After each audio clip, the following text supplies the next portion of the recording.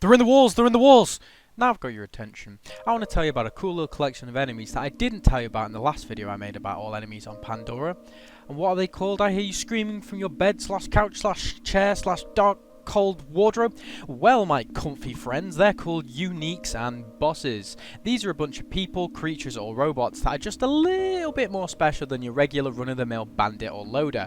What makes them special? Why do we want to kill them? What do they do in their spare time for a hobby? All will be answered in due time, my friends. So get seated if you aren't already, as I take you over every single unique and boss enemy on Pandora in Borderlands and Borderlands 2.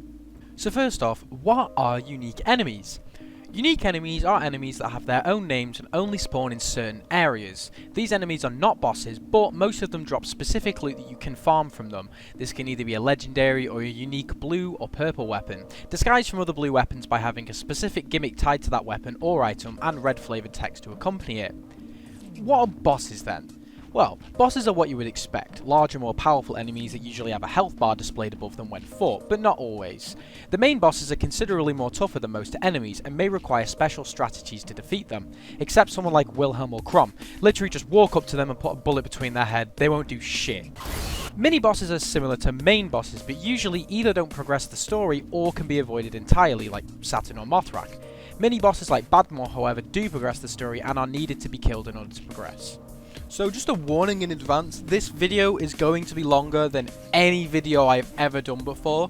There are a lot of different uniques and bosses in Borderlands 1 and Borderlands 2, and I wanted to go over them in as much detail as I could, but not just draw it out. So I'm going to be talking about where you find them, what mission you find them in, who you accept the mission from, and what they can drop.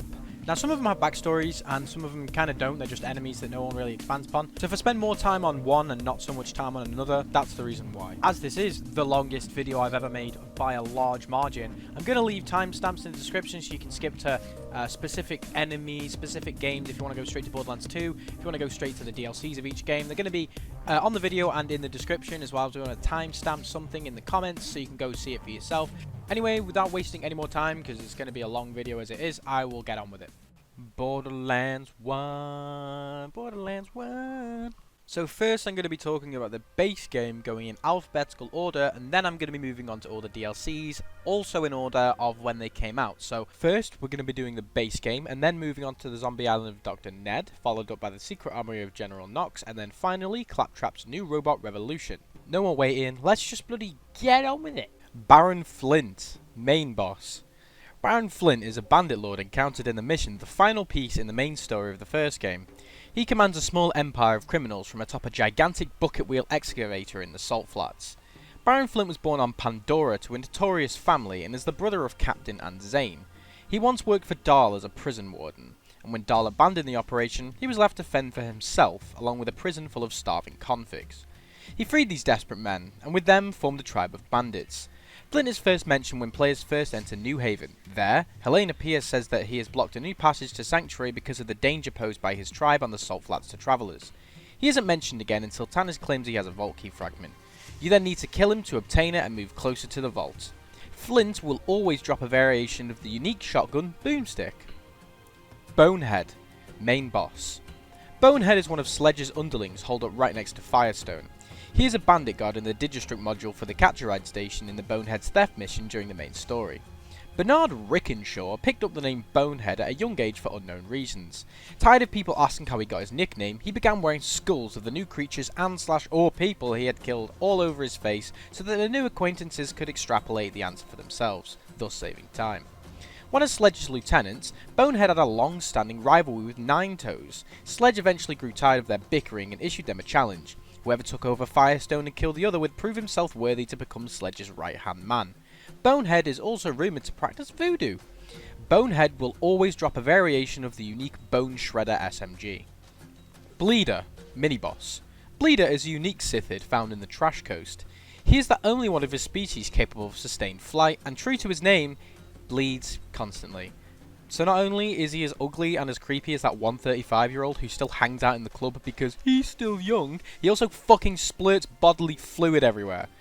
Okay. Bleeder must be killed in the house hunting mission. He may also drop a nailer if killed again after the mission is turned in. Hans and Franz, main bosses. Hans and Franz are encountered late in the game, where they serve as the final two bodyguards of Baron Flint in the mission The Final Piece during the campaign. They may also be encountered during the boss wave of Moxxi's Underdome.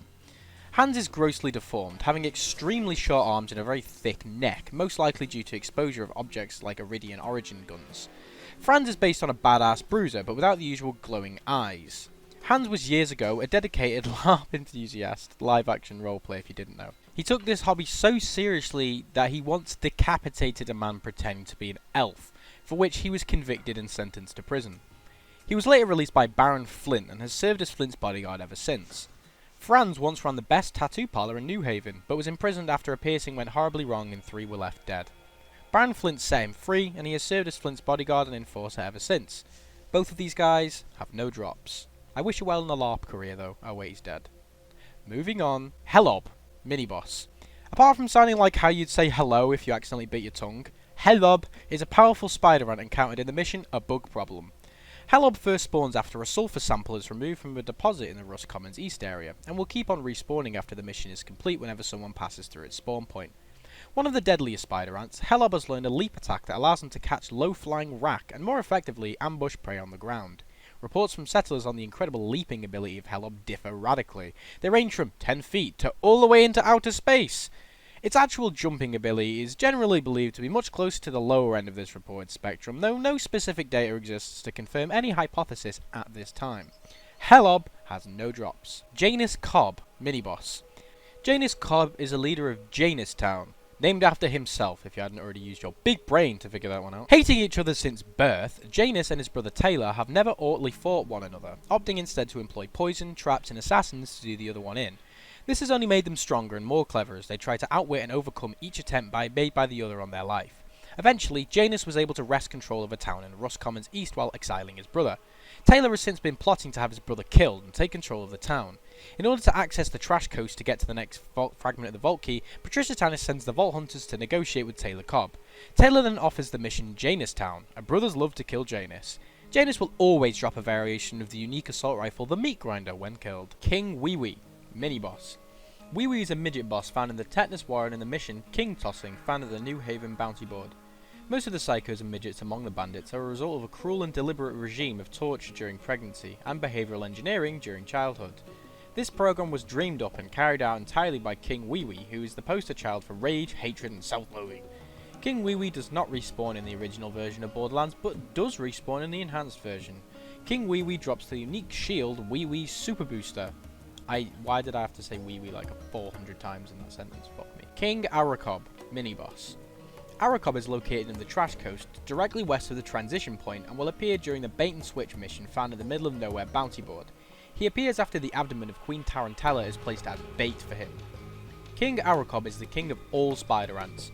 He is not large compared to Queen Tarantella, but is the same size if not marginally bigger than a regular spider ant king. Arakob's name is actually a reference to Harry Potter and the Chamber of Secrets. Hell yeah, I can put Harry Potter in the tags now and not feel bad about it. He has no drops. Crom, main boss. Crom is a bandit leader and the third actual boss enemy in Borderlands. Crom worked as a prison warden for Dahl until the prisons were abandoned and the convicts were set free.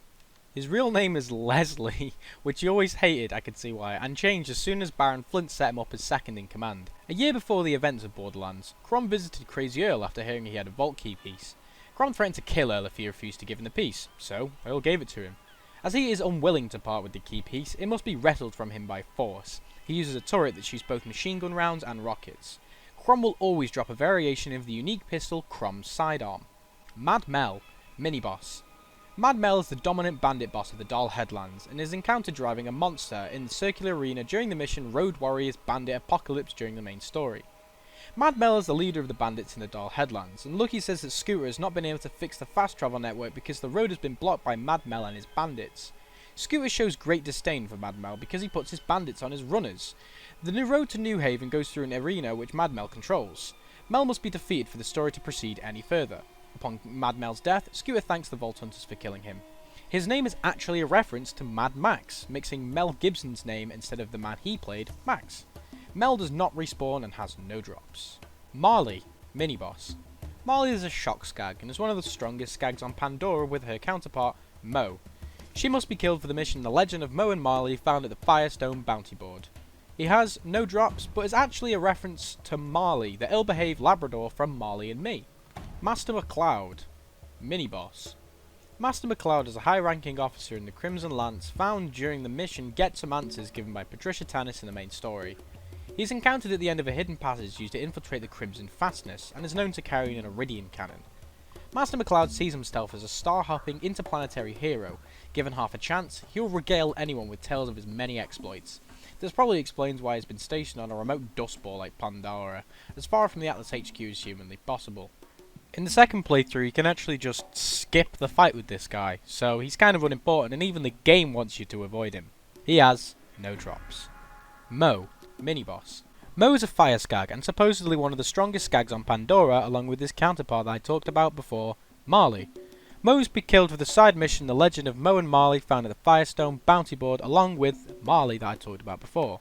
Mo has a chance to drop the unique pistol, the Ladyfinger, only in playthrough 2 though. Mothrak, mini-boss. Mothrak is a massive rak, encountered in the mission like a moth to the flame found at the New Haven bounty board, that terrorizes the people living in the arid Badlands. This giant horror rules the skies over the arid Badlands and is known to carry off people, and occasionally cars, mostly at night. Mothrak is a reference to Mothra of the Godzilla franchise, but instead of firing lightning bolts, it shoots fireballs.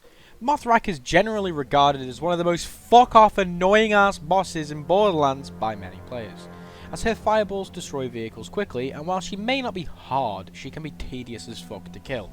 Big ol' Mothy has a chance to drop the unique shotgun, the Blister. Ninetoes, main boss. Mr. Ninetoes, he also has 3 balls, is the first of many bandit lords, as well as the first boss the character will battle in the game. Although he is a boss, he's not really much of a challenge. Even though Ninetoes doesn't know how he lost his toe, he suspects that Bonehead took it to use his voodoo ceremonies on, but we'll never know, and I hope we get a DLC about his lost toe in Borderlands 4. Please, Andy. Ninetoes is an insane bandit lord who resides in Skag Gully. He commands some of the bandits in the arid Badlands, and has 2 pet skags that he uses to guard his lair. The lair itself is set up in a cave system, close enough to the stage frequent raids on Firestone. Reportedly, Ninetoes is also in competition with Bonehead, a rival bandit we talked about earlier. It is suspected that Ninetoes based his camp in Skag Gully in response to a challenge issued by Sledge, seen in the mission Why Are They Here?, possibly to try and compete with Bonehead. Players spend a large portion of the early game building up to Ninetoes, including eliminating a small encampment of bandits just outside of Firestone. Once they are taken care of, the next objective is to enter Skag Gully and kill Ninetoes himself. He is holed up in a cave hideout with several bandits guarding him. Once these are dispatched, Ninetoes and his 2 skags will be found in a small arena at the back of the cave. Ninetoes will always drop a variation of the unique pistol, the Clipper. One-Eyed Jack, mini-boss. One-Eyed Jack is a bandit boss. It appears during the mission Jack's Other Eye given by Helena Pierce, and he's found out in the Rust Commons West. There's not much in-game information regarding One-Eyed Jack, only that he's a bandit leader in Rust Commons West. His bandits are usually well armed, reported being supplied by a source other than Marcus. It is later revealed that One-Eyed Jack and his crew must have been discreetly receiving arms shipments from Torgues. Jack has a chance to drop his unique Mad Jack pistol. Pinky and Digit, unique enemies. Pinky and Digit are Ninetoes pet skags and are encountered in Ninetoes' lair during the mission Ninetoes Take Him Down. Pinky and Digit are skag pups with pieces of armour attached to their backs. They only ever appear alongside Ninetoes in his hideout in Skag Gully and will also never respawn. Their names are both references to toes, including the theme of Ninetoes' name and the name of the gun he drops, the Clipper. While Ninetoes does respawn during playthroughs, these guys will not, meaning you can't farm them for anything. Therefore, they have no drops. Queen Tarantella, mini-boss. I thought Queen Tarantella was actually a reference to Tarantino, but it's not. Disappointed. Queen Tarantella is the queen of all spider ants, found in the same mission as King Aracop, called Bait and Switch, found in the middle of nowhere bounty board. She's about 4 times larger than the average spider ant queen. All spider ants follow the rules of the hive and obey their individual queens and kings, but along with the Trash Coast and beyond, there resides a queen who rules them all, Queen Tarantella. Queen Tarantella and her mate rule all of the spider ant kingdom, and even the most feared spider ants from elsewhere in Pandora must bow to her majesty's command. Her shapely abdomen and long legs have made her the object of affection for many of the spider ants across Pandora. It's widely believed that if spider ants had lockers, her picture would dominate the majority of them. No human lockers today are known to contain pictures of Queen Tarantella, so the world of Pandora clearly ain't as crazy as Earth, because more fuckers here be worshipping pixels or drawings just because they have big tits. Queen Tarantella is located in Trash Coast and is involved in the bait and switch mission, where you'll need to kill her and get her abdomen. This will then be needed to summon King Arakob that we talked about earlier. She can be found at the bottom of Skag Gully in the lower portion of the map. In playthrough 2, she can drop the unique revolver pattern. Rakinishu, mini-boss. Rakinishu is a large grey rak that swoops down and breathes fire on its foes. It attacks while characters obtaining the Tannis journal entry day 224 in the mission Hidden Journal Rust Commons West. Rakinishu can be found in the Rust Commons West in the middle of the northernmost part of the map. It is found west of Tannis' dig site and north of the bridge, just a little beyond and left of the Wind Hill to the right of the bridge. It will circle around a collection of 2 huts which contain dead bandits and several containers of money. One of the coolest names for a rack ever, and that's saying something coming from me. I fucking hate these slippery pieces of audio cans. Rakinishu drops loot just like any other boss, but it will always drop the unique Crack Sash shield. Now for the one I saw loads of you commenting on in the last video that I missed. It's the Rakhive, main boss. This vagina-faced bastard is a gigantic alien quadruped with 4 pearl-like eyes and multiple holes spread across its back. These holes are home to flights of Rak, which themselves will swarm to attack anything that gets near the hive. The Rakhive was a boss enemy encountered during the mission, another piece of the puzzle in the main story. It's uncertain whether the Rak and Rakhive have a symbiotic or parasitic relationship. A picture of the Rakhive with its mouth censored out appeared on the cover of a xenobiology journal, sparking interplanetary scientific debate over ethics and censorship, because it looks like a vagina. The controversy overshadowed the questions being proposed by the journal regarding whether or not the relationship between the hive and the Rak is parasitic or symbiotic, which eventually led to unacceptably slow findings and the loss of funding for the scientists. The hibernation cycle of a Rakhive is noticeably larger than that of other species on Pandora. They are visible in their dormant state by their exposed backs protruding above the ground, where most of their body remains submerged. Unlike the Rakhive found at the Trash Coast, they will not awaken. However, Rak will still fly out of their exposed backs. Patricia Tannis has detected evidence of a piece of the vault key in the Trash Coast and sends the Vault Hunters to retrieve it. Barring their way is a surprise encounter when the Rakhive heaves itself free from the earth and attacks the Vault Hunters. Fun fact time! The Rakhive was actually the first ever boss to be publicly revealed in the Borderlands franchise, meaning many people probably thought it might have been a story based more around the Rakhive than it actually was. This beast of an enemy has no drops. Reaver, mini-boss. Reaver is a bandit boss called Jed Stokely. Jed Stokely lived with his adopted father in New Haven until the day he decided to murder him and join the bandits, taking the name Reaver. He is notorious even among the bandits for having a chip on his shoulder and daddy issues. Reaver is the target in the mission 2 Wrongs Make a Right found in the New Haven bounty board. The Vault Hunters solve the mystery surrounding the disappearance of Jed Stokely and make their way to put an end to his wrongdoings. Another fun fact, Reaver actually uses the character design originally developed for Mordecai but with a modified texture. Also, in the original unused plot of Borderlands, Reaver is supposed to be the man Roland swore to kill, a leader in the Brigadiers which later became the Bandits. He will always drop a variation of the unique sniper rifle Reaver's Edge. Roid Rage Psycho, mini-boss. The Roid Rage Psycho is a grossly muscled monster of a man who serves as a lieutenant to Sledge. He's encountered at the end of the story mission Sledge to the safe house. The Roid Rage Psycho is among Sledge's most powerful henchmen and has been stationed in Sledge's safe house to guard an all-important key. He is located in a large circular chamber at the end of the safe house and will attack any intruders on site, along with numerous mutant midget psychos. The Roid Rage Psycho must be defeated in order for the mine key to be collected. Also, if you didn't know, Roid Rage is actually just a slang term for mood swings experienced by people who use steroids. He has no drops. Scar, mini-boss. Scar blinded me and ate my leg. Scar is a large skag that ate TK Baja's artificial leg and blinded him. He's the target of the side mission TK's Life and Limb given by TK Baja. Before the story of the original Borderlands, TK Baja and his wife were attacked by Scar. In the end, Scar killed TK Baja's wife. When TK went to get revenge, Scar blinded him and ate his leg. When TK got a prosthetic leg from Dr.Ned, Scar ate the leg too. Scar must be killed to obtain TK's missing prosthetic leg and complete the mission. Scar has a chance to drop the unique shotgun TK's Wave. Skagzilla, mini-boss. Skagzilla is an optional boss in the Doll Headlands during the mission Big Game Hunter given by Ernest Henning. He is a massive skag, about 3.5 times the size of a normal alpha skag, and is far more difficult to kill.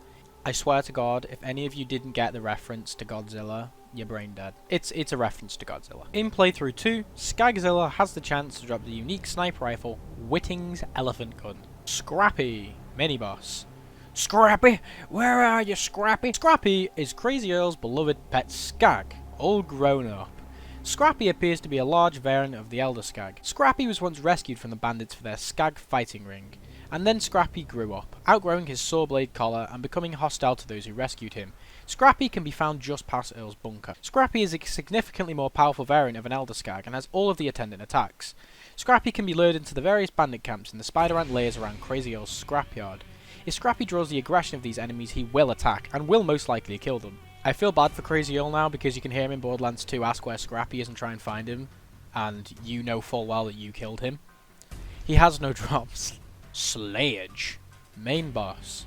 Sledge is a massive brute, and a leader of the bandits in the arid Badlands. He's the primary antagonist for a series of missions that bar access to the Dahl Headlands, and his death is one of the last tasks undertaken in the arid Badlands. Something was discovered at the Headstone mine, and the find was hastily covered up. Soon after the rumoured discovery, many of the workers in that area mutated radically, some becoming insane with an obsession for the vault, psychos, some becoming stunted midgets, and others growing into gross monstrosities, Sledge emerged from these former convict workers to take charge and create his own little bandit empire. Leader of a bandit tribe, Sledge is blunt and uncreative. When he named his iconic weapon, he simply called it Hammer. What he lacks in brain power, though, he makes up for with his brute strength and a high tolerance for his pain. His namesake Sledgehammer sends painful shockwaves that keep foes at a distance and can make hard work of melee assault on Sledge. According to the Guardian Angel, Sledge is a bad man who has done terrible things to the people of Firestone, pussy. The Guardian Angel also claims that Sledge possesses something important that must be recovered from him. A series of missions will set players on a path to penetrate Sledge's operation and ultimately kill him.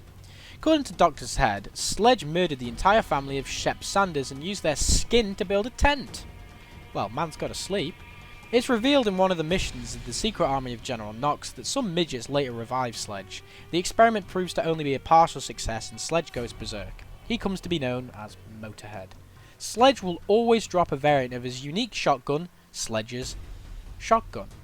Slither, mini-boss. Slither is a mini-boss that must be killed to complete the alter ego, godless monsters found in the middle of nowhere bounty board.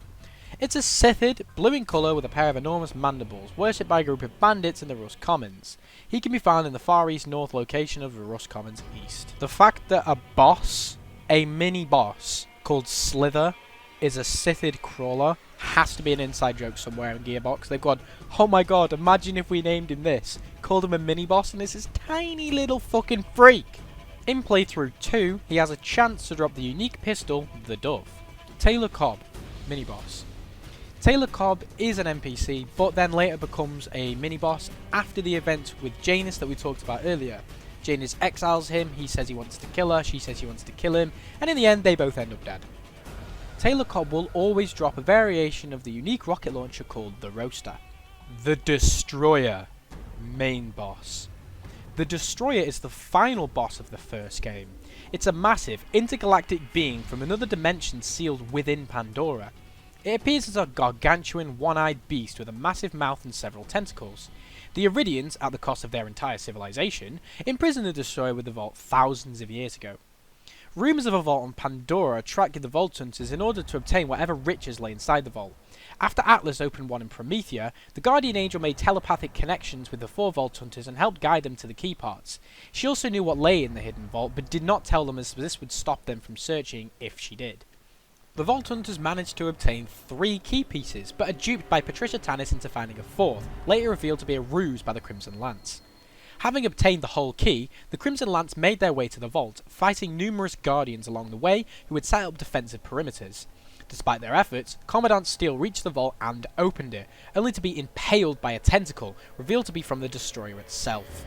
It quickly killed off her escorting troops before focusing on the Vault Hunters, but was ultimately defeated. To protect his reputation, the Crimson Lance then claimed the kill, blaming the Vault Hunters for releasing it. This kill would later be claimed by Handsome Jack.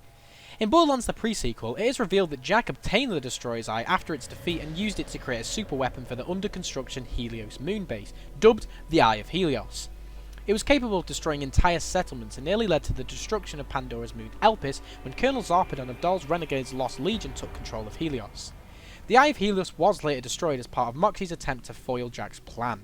A side quest involved the Vault Hunters retrieving the pieces of the Eye and attempting to reuse it, but ultimately failed, and the Eye was completely obliterated. In Borderlands 3, it is revealed that Pandora itself is an Iridium prison designed for the Destroyer, known as the Great Vault, with Elpis acting as the key. The Iridium that revealed itself shortly after the first defeat of the Destroyer is an integral part of that prison, with much of Pandora's upper crust being comprised of it. The Destroyer survived its encounters with the original Vault Hunters by retreating back into its prison, and now the Calypso twins aim to harness its power by merging it through the use of their siren powers. But yada yada yada hey yada ho, Borderlands 3 is coming, so I'm not going to get too into detail with that one. Kill me now, it's fun fact time. Much like Guardians that I mentioned in the last video don't appear or get mentioned in Borderlands 2 at all, the Destroyer is not mentioned by name in Borderlands 2 at all. The first Vault Hunters do reference it by saying, hey, remember when she told us the vault was full of loot, referencing Angel, but they don't actually say the Destroyer. And it's funny because much like Guardians, the Destroyer, or at least parts of it, are featured in every single other Borderlands game. They're featured in the original game, obviously as the main boss, they're featured in the pre-sequel as the Eye of Helios, and they mention the Destroyer by name there, and obviously Tyreen becomes it in Borderlands 3. If you haven't finished Borderlands 3 while you're watching a video about all enemies, you go finish the games. The Destroyer itself does not have any specific drops, however after you kill it you can loot loads of chests that appear from the ground, so it's a bit of a... nah. Bro, I get why they were fucking pissed off that Angel said it was full of loot and it wasn't. Jesus, no fucking drops, bro. Main game boss? You mad? So, the last enemy we need to talk about in the main game is gonna be Widowmaker, mini-boss. Widowmaker is a spider ant mini-boss that is encountered during the mission A Bug Problem. This enemy is very distinctive due to its dark blue / purple and green coloration. Widowmaker first spawns after a retching seep sample is removed from a deposit in the Rust Commons East, and will keep on respawning after the mission is completed whenever someone passes through its spawn point. Widowmaker got its name because it has killed every would-be exterminator that has ever attempted to kill him, a name that Blizzard would shamelessly steal for its hit first-person shooter franchise Overwatch 8 years later. Widowmaker has no specific drops, but does have a chance to drop different artifacts when killed. So that is the base game of Borderlands 1, quite a few there, but now we're going to be moving on to the DLCs, starting with the zombie island of Dr.Ned. Bigfoot, unique enemy. Bigfoot is encountered in the Jello Alley Hospital Zone only while the mission the pack found at the Jacob's Cove bounty board is active. Bigfoot is one of 4 test subjects whom Dr. Zed was testing an anti-zombie antidote on. The antidote was based on skags and apparently did not work as planned. He is really fat and brown in colour. The name Bigfoot is probably just a really ironic reference considering Bigfoot, the Bigfoot, is big and has feet, and this guy has small feet. He has no drops. Dr. Ned, main boss. Dr. Ned is the titular character and the main antagonist in the first ever Borderlands DLC. Tasked with providing medical care to the Jacobs Corporation employees in Jacob's Cove, Dr. Ned did his job a little too well. He ended up inadvertently creating zombies and other abominations that now run rampant in this region. Sometime after being hired by the Jacobs Corporation, Dr. Ned decided to experiment with reanimating dead workers with his assistant, Bill. In some part of this experiment, Bill was killed and eaten alive by one of the zombies. A new assistant, Frank, came as a temporary replacement, but also died, presumably to Dr. Ned's zombies. At some point during his experiments, the zombies became more ravenous for flesh, compared to their ordinary taste in brain, muffins, and raisins. Ned saw the opportunity to turn the entire workforce of Jacob's Cove into an undead army. He distributed poison in the form of pills at the workers' annual checkups, infecting 97% of employees. The sick workers then went to Dr. Ned, who reanimated them as, you guessed it. Possibly seeing a money-making opportunity, Ned decided to create an antidote for the zombie epidemic based on skag DNA, which failed and created were-skags that Ned later added to his army. With Jacob's Cove abandoned and all its inhabitants killed and reanimated, Ned sat back and watched as warrior after warrior tried and failed to defeat the undead horde. It seemed that his plan was foolproof. However, it wasn't.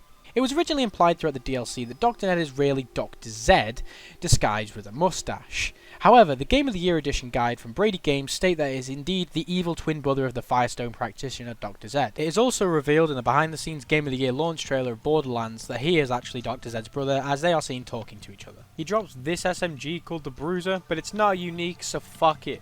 Undead Ned, main boss. Undead Ned is tough. Just when it seems the game is over, the Vault Hunters come face to face with the undead version of Dr. Ned. After defeating the normal Zed, drop down a series of shafts and tunnels leading underground, eventually coming to a huge cavern with a lake of blood. Once in the lake, Undead Ned appears and will attack you. Undead Ned has no specific drops. Frankenbill, mini-boss. Frankenbill is a boss in the side mission It's Alive found at the Jacob's Cove bounty board in the zombie island of Dr. Ned. It is an abomination made up of body parts of Dr. Ned's assistants Frank and Bill, hence Frankenbill. Once again, quite an obvious reference to Frankenstein. If you hadn't got that one, I have lost hope for you. He has no drops. Hank Reese, mini-boss. Hank Reese is a wereskag encountered in Generali Hospital. During the mission, there may be some side effects given by Dr. Ned. Hank Reese is one of the test subjects whom Dr. Ned was testing an anti-zombie antidote on. The antidote was based on skag DNA and did not work. In the past, before his fatal involvement with the Jacob's Cove incident, he had a caring wife and daughters whom he wanted to spend a new life in the Dull Headlands with, so he started working for Jacobs. It was perfect until rumours started with people in the Cove seeing the dead walk. He started becoming worried until he met a man named Dr. Ned. At that time, the rumour proved to be true. Dr. Ned claimed he could cure the residents of Jacob's Cove with an antidote derived from skags, which don't have undead tendencies. Hank Reese placed his faith in Dr. Ned and volunteered to be administered the cure, which inadvertently turned him into the wereskag he is now. R.I.P. This guy has no drops. Jackie O'Callahan, unique enemy. Jackie O'Callahan is encountered in the Generali Hospital Zone only when the mission The Pack, acquired at the Jacob's Cove bounty board, is acquired. Jackie O'Callahan, aka Father O'Callahan, was not one of Dr. Ned's test subjects. He was hired by Jacobs to help fight the evil in the Jacob's Cove. He was apparently nicked in the neck when he fought Hank Reese. His torso and legs are brown, while his head and mane are greenish-black in colour. He has a large cross tied to his back. He has no drops. Pumpkinhead, mini-boss. Pumpkinhead is a mini-boss enemy you kill in the quest of the respective name found at the Jacob's Cove bounty board. Patricia Tannis wants Pumpkinhead killed as he's a dick. Also, apparently pumpkin-headed people are rare, so she wants to do scientific experiments on him. I don't really know. It's not really expanded upon very much, and he has no drops. Red Jack, unique enemy.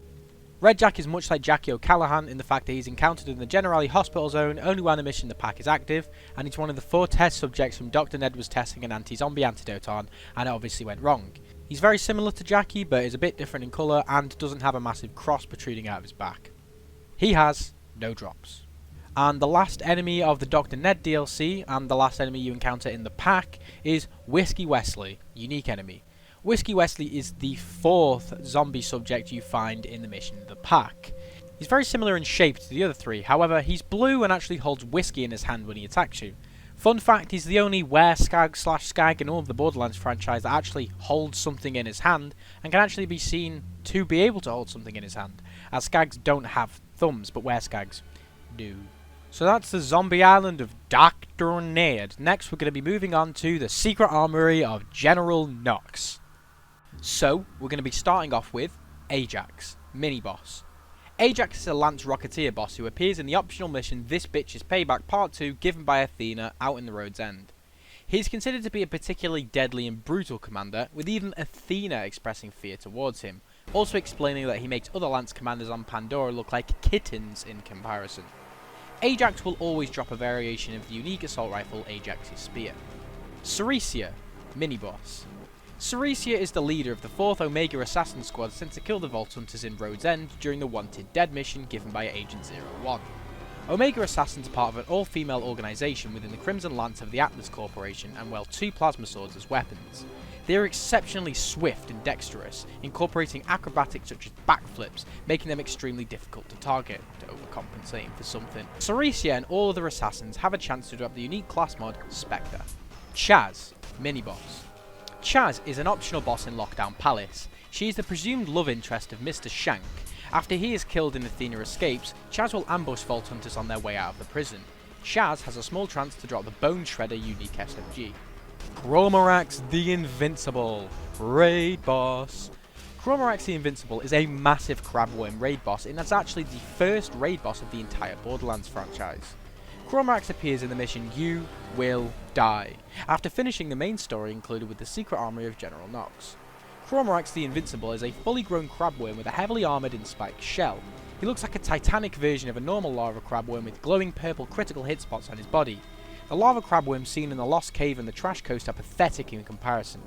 He is one of the most difficult bosses, if not the most time consuming in all of Borderlands. Even a 4-player party will have a decent challenge defeating him.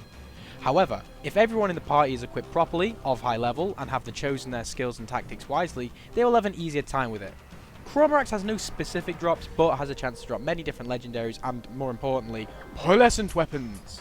General Knoxx, main boss. General Alfonso Knoxx is the titular character of the Secret Armoury of General Knoxx DLC, as you could probably fucking guess by the title. Serving as the main antagonist, he is also used as a marketing tool outside of Borderlands, where the character is played as a personality on Twitter.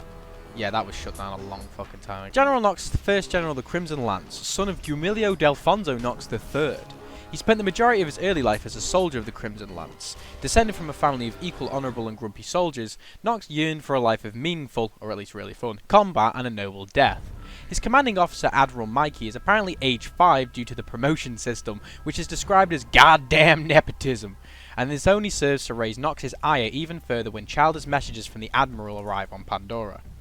When he initially set down on Pandora, Knoxx disliked the area of sending Lance assassins as he felt they were not worthy of working on Pandora. However, upon witnessing them clear the T-Bone Junction of bandits, he decided to have them stay and was introduced to Athena. Knoxx was impressed with Athena, knowing fully well how Lance assassins were trained. Athena soon mentioned that she would leave once she found her sister Jess, which Knoxx didn't seem to mind. Unfortunately, due to the lack of competence with the Lance High Command, they ordered a Code 64 on the village Jess lived in with thermal infiltration, prompting a furious backlash from the general. He hates Lance Command and ultimately seeks to leave the Crimson Lance after his mission on Pandora. Upon discovery of the Crimson Lance promotion system, Knoxx lost what little hope he had left in legitimizing the Atlas Corporation's military branch. When he is finally encountered in person, General Knoxx is about to kill himself with several automated laser turrets and a rather comically large bomb. Just before he's able to push the button, he notices the Vault Hunters and comments, "Now that's just inappropriate timing. I was hoping to be dead already by the time you got here." He calls off the suicide setup before making a deal with the adventurers, allowing them to pass if he is defeated in combat. He also suggests that they blow up the entire planet together, though that seems unlikely to happen. Knoxy Boy's hopes for release from the stresses of life, however, are soon dashed when he makes an unexpected return in Claptrap's new robot revolution as General Knoxtrap. Mr. Alfonso Knoxx will always drop his unique pistol, Knox's Gold. Helicon, mini-boss. Helicon is the 5th and final Omega Assassin squad leader sent to kill the Vault Hunters. She is encountered outside of Fort Knoxx. Helicon is by far the strongest of the 5 assassins, and it is advised that the player should stay as far away from her as possible while in combat. Helicon and all the other assassins have a chance to drop the unique class mod, Spectre. Hera, mini-boss. Hera leads the 2nd of the 5 Omega Assassin squad sent to kill the Vault Hunters. She attacks with swords and throws blades at her targets. She and her squad are encountered outside Moxie's red light. Hera and all the other assassins have a chance to drop the unique class mod, Spectre. Kairos, unique enemy. Kairos is a non-respawning Crimson Lance officer encountered during the mission This Bitch's Payback. He can be found at the southern roadblock on the Ridgeway. Kairos wears the armour of a Lance chemical trooper, granting him resistance to corrosive damage, and he can employ the corrosive guided missile shooting Scorpio turret used by badass chemical troopers.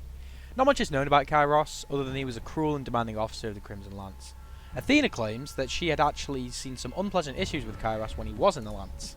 Kairos will always drop a variation of his unique sniper rifle, Kairos' Power. Minerva, mini-boss. Minerva is the 3rd leader of the Omega Assassins sent to kill the Vault Hunters in the Secret Armoury of General Knoxx. Minerva has a powerful but quick kick that can send opponents flying, even over the guardrail and off the base, so it is preferable to avoid fighting close to the edge. Minerva and all assassins have a chance to drop the unique class mod, Spectre. I think you know this by now. Motorhead, mini-boss.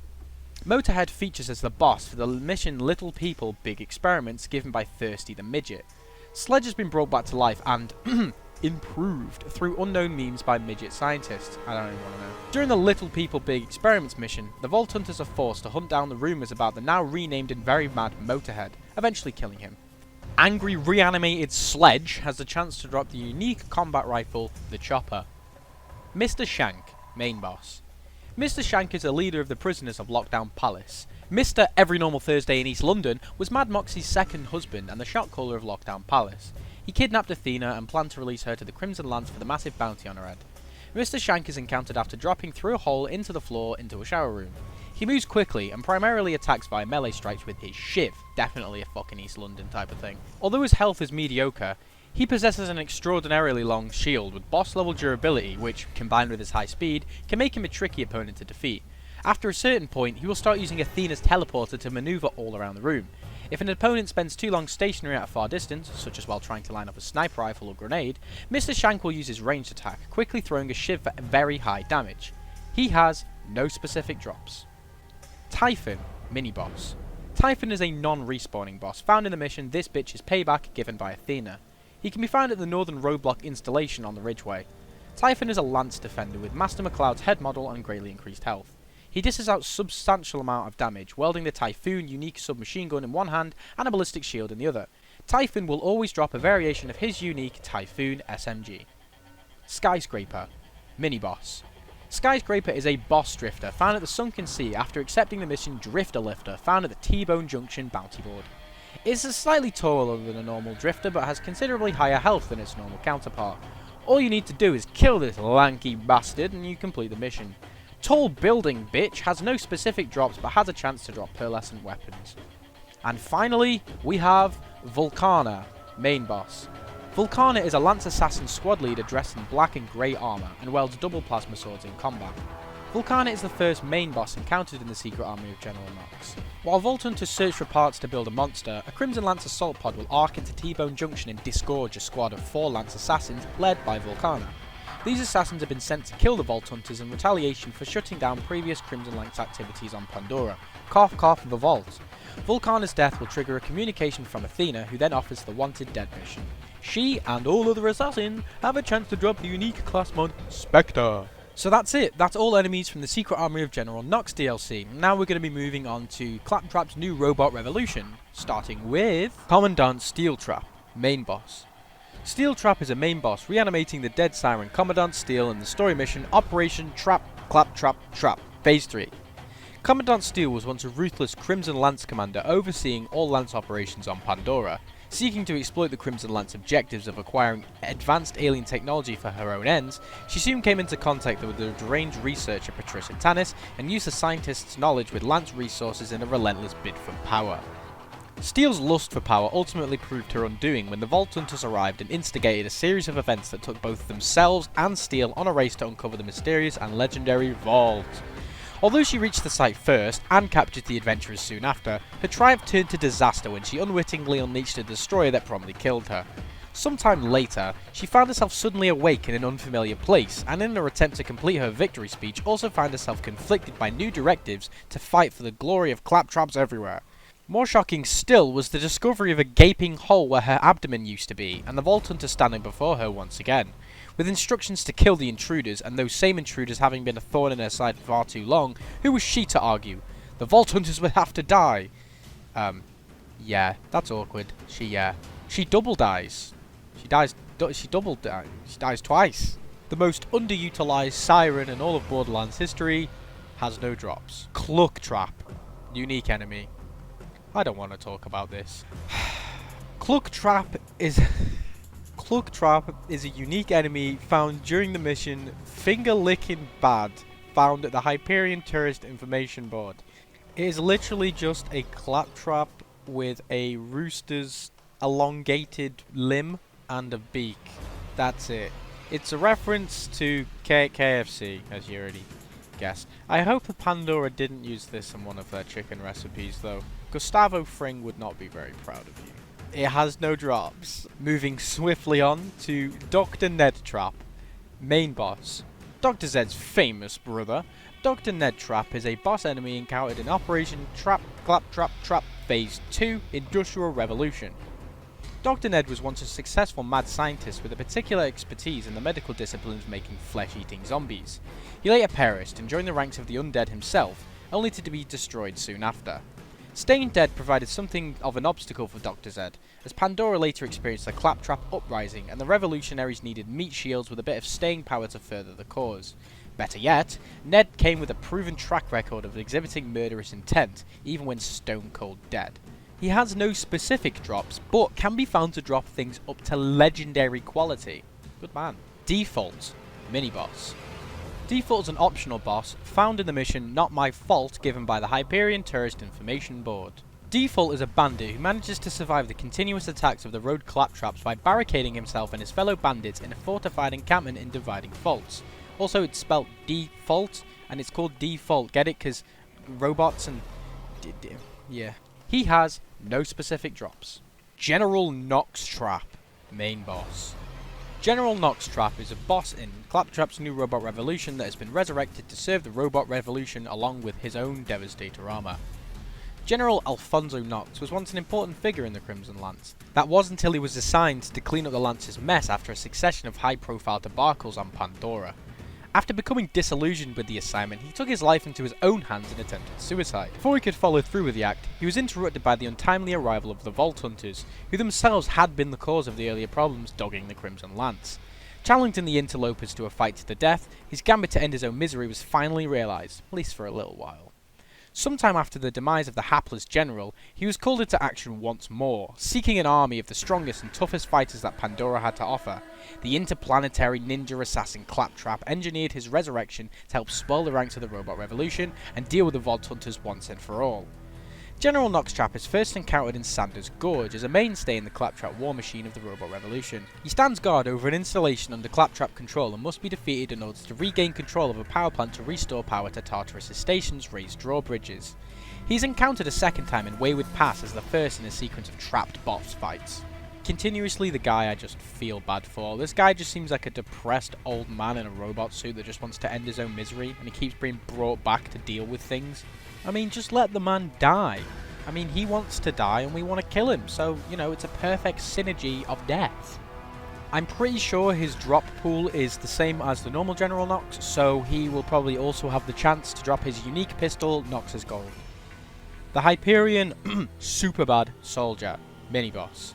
The Hyperion Superbad Soldier is an optional boss encountered in Claptrap's Robot Revolution and is the leader of the Hyperion Recon Team. The Hyperion Superbad Soldier moves around at a slow walking pace and carries a shield to help protect him. He will rely on his own fortitude, granted by his shield and several armoured plates strapped to his body, and does not seek cover. He will also periodically drop his shield low when reloading, potentially offering a brief opening for enemy gunfire. He isn't really expanded upon any further, doesn't respawn, and has no drops. Very boring enemy. Interplanetary Ninja Assassin Claptrap, main boss. The Interplanetary Ninja Assassin Claptrap, or INAC, is the main antagonist of the Borderlands Claptrap's new Robot Revolution DLC. He is actually the reprogrammed version of the very first Claptrap encountered in Firestone. At the completion of the game, Claptrap is reprogrammed by Hyperion and rebranded as the INAC, or the INAC. The INAC was programmed to kill off Vault Hunters indirectly by poisoning, setting traps, and spreading catty rumours about them. Upon receiving its assignment, the INAC began to notice how Claptraps were enslaved by their programming and abused by the humans. The INAC then broke Hyperion's programming and began to raise a rebel Claptrap robot army, dubbing it the Robotlution. After a successful revolution, the INAC leads the Claptrap forces in the hunt to exterminate humans. The INAC is the main boss of Claptrap's new Robot Revolution, and while the Vault Hunters are trying to track him down, he revives 3 bosses from previous Borderlands DLC campaigns and enhances them with Claptrap parts, as I've mentioned before, the General Knoxx, Commandant Steel, and then Undead Ned. Upon defeating each of these bosses twice, the Vault Hunters come face to face with the INAC in the final battle for the Borderlands. So I've been looking around and I can't find the fact that he drops anything specific, but I did see that he does actually drop various items required for the Claptrap DLC achievements, and that people actually try to find farming spots they can do AFK to farm him, so I suppose he drops them? The Mega Interplanetary Ninja Assassin Claptrap, or the MINAC. Whew! Main boss.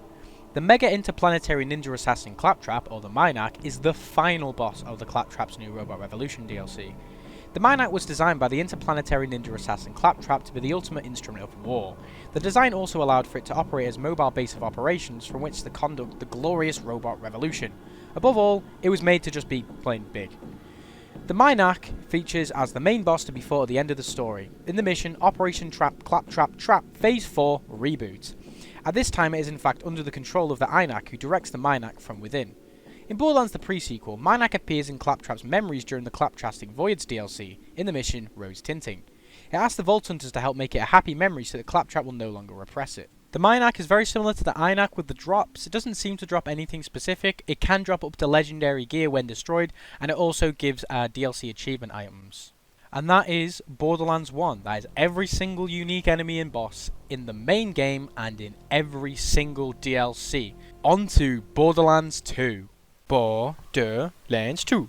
I am going insane. What? So first I'm going to be talking about the base game going in alphabetical order, and then I'm going to be moving on to all the DLCs, also in order of when they came out. So I'm going to be doing the base game, then Captain Scarlett's DLC, then Big Hammerlocks Game Hunt, then Big Hammerlocks Game, then Torgues Campaign of Carnage, and then finally Tiny Tina's Assault on Dragon's Keep.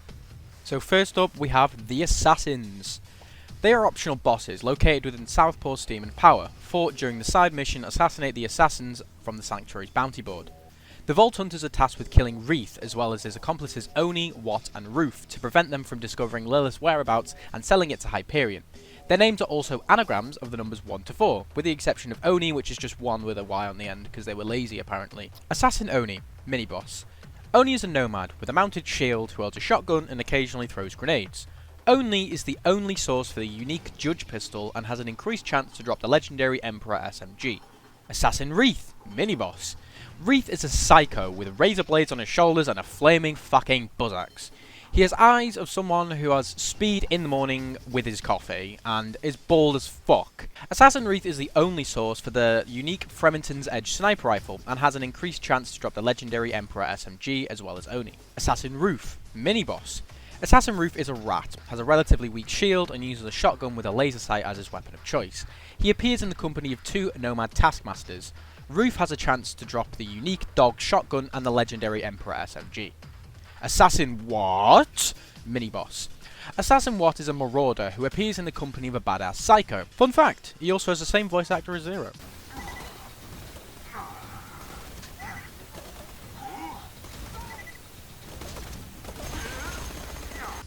Watt is the only loot source for the unique Commerce submachine gun and has the chance to drop the legendary Emperor SMG. Badmore, mini-boss. Badmore is a nomad torturer who guards the entrance to the Bloodshot stronghold. Flanksteak, the leader of the Bloodshots, posted Badmore as the guardian and key keeper of the Bloodshot stronghold's front gate. After a sufficient number of bandits have been killed in the vicinity of the gate, Flanksteak will come over the echo and request that Badmore get him! Badmore's arrival is heralded by a cutscene that shows the Bloodshot Stronghold's drawbridge coming down and Badmore leaping from the inside of the stronghold out into the courtyard to attack. He has no drops. Creeper and Badass Creeper. Unique enemy. Lives in a hidden cave in the Caustic Caverns. Literally the fucking Creeper from Minecraft. Do I even need to explain myself? These blocky Easter egg boys have a chance to drop the unique Blockhead shotgun or the legendary Longbow sniper rifle. Both having funny Minecraft-based projectiles like a whole-ass arrow or a 3x3 blocky spread. The shotgun type of spread, not the fucking Nutella, you fat cunt. Bagman, mini-boss. Peter Zafford, more commonly known as the Bagman, is a mini-boss encountered in Borderlands 2. He is found during the mission Clan War End of the Rainbow at the Holy Spirits. Peter is a midget and the younger son of Mick Zafford. Not only does he have a stunted growth, but also suffers from a psychological disorder and carries out a running conversation with an imaginary personality whom he refers to voice in me head. He harbours a deep sedated jealousy towards his deceased older brother Lucky Zafford, who is apparently treated as the favoured son by their father. He is the only loot source for the Pot of Gold shield, as he is a non-respawning enemy and the item rares so drop, it can be difficult to obtain. Boom, Boom and Big Bertha, main boss. Boom and Boom are Captain Flint's first mates. They both have a knack for explosive, hence their names. Boom resembles a yellow marauder, while Boom resembles a yellow midget shotgunner. Boom with an E is the smaller one. Boom, okay, that's, yeah. Boom, fuck, I can't, bruh. Boom is smaller than Boom. Boom and Boom bar the way to Captain Flint's freighter in the mission Best Minion Ever. The only way to get through their arena for the first time is to capture Boom's turret gun, Big Bertha, and use it to destroy the gate. In order for that to happen, Boom and Boom must be killed. They both have a higher chance to drop the legendary grenade mod bonus package, meaning you can actually get 2 of them to drop at once if you're really lucky. The Black Queen, mini-boss. The Black Queen is a large black spider ant classified as a mini-boss. The Black Queen can be found in the dust at the Big Gulch. She spawns randomly and may not appear every single time. The Black Queen will also appear at Butcher Base of the Radon Digistrip Peak location at overpowered level 4 or above. A reskinned version named Dark Web appears in Veiny Shaft, haha, in Commander Lilith in the fight for Sanctuary during the Clapto currency mission. The Black Queen has an increased chance to drop the legendary Nukem rocket launcher. Bloodwing, main boss. Handsome Jack captures Bloodwing during the events of Borderlands 2 and uses Slag to mutate her, increasing her size considerably and endowing her with all 5 elemental effects. She's able to survive the first 4 rounds of combat, Slag, Fire, Shock and Corrosion, against the Vault Hunters. When Mordecai sedates her with El Tranquila Blood, Jack kills her by detonating the explosive collar around her neck. She's the only non-respawning main boss in the whole game. Instead, she's replaced with the Son of Mothrak, a nod to the original Mothrak from Borderlands 1. Bloodwing has no drops. Blue, mini-boss. Blue is an unusually large crystallisk encountered in the Caustic Caverns.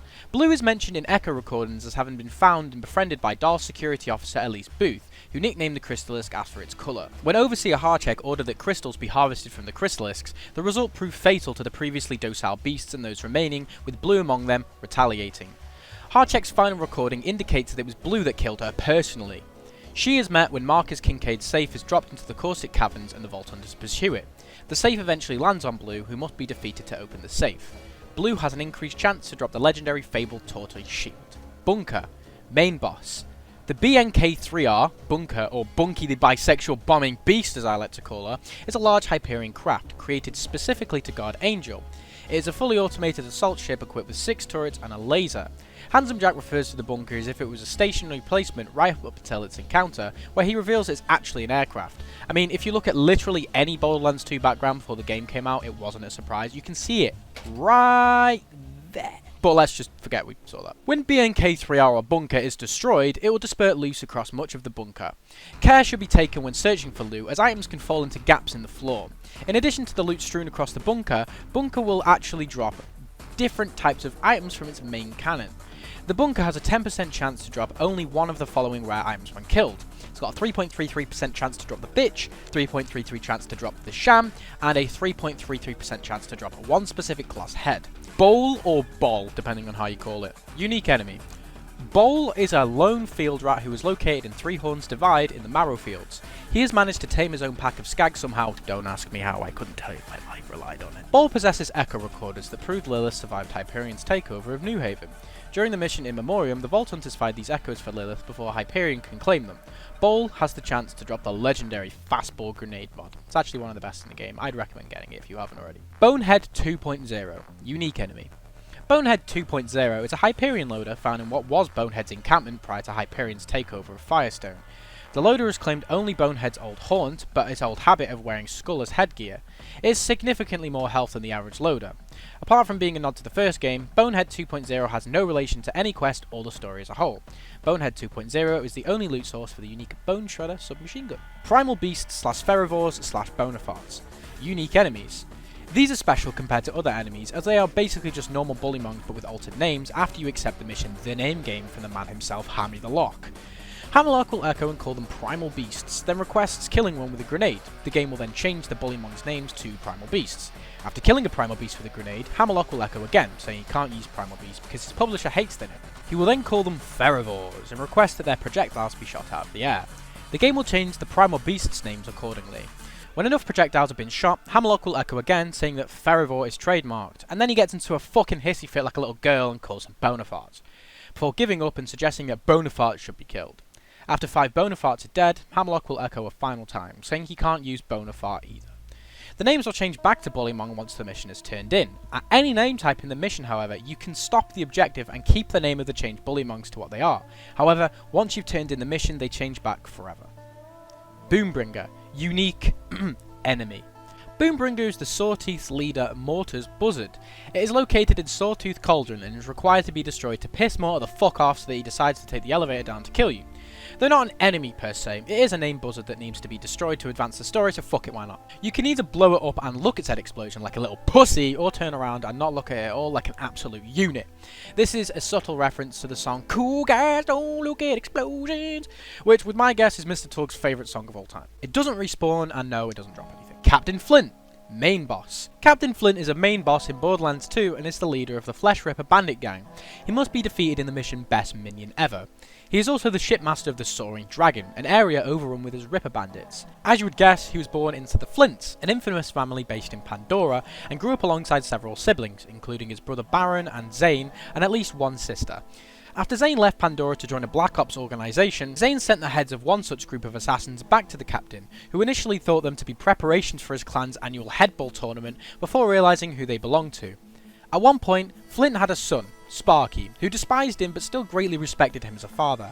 The captain eventually established himself and his clan at Southern Shelf. During his time there, he encountered the Hyperion robot Claptrap, whom he took a great pleasure in torturing. Flint has a high chance of dropping the unique Tinderbox pistol, as well as having an increased chance to drop the legendary Thunderball Fists pistol. Caravan and the Escorts. Unique enemies. The Caravan is a large van with a loot chest on top encountered in the dust. Although this van has a green health bar, it is not friendly.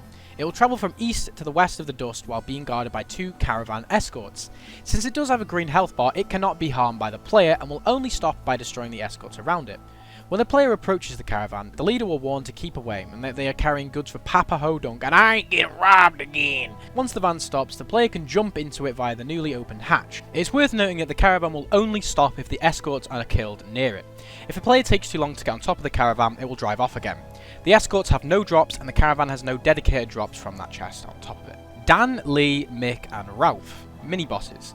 The Splinter Group is a clan of 4 rats, living in the Rat's Nest, whom Patricia Tannis once murdered during the mission of the same name at Southpaw Steam and Power. The group consists of Dan, Lee, Mick and Ralph. The Splinter Group are Hyperion test subjects that escape from the Wildlife Exploitation Preserve.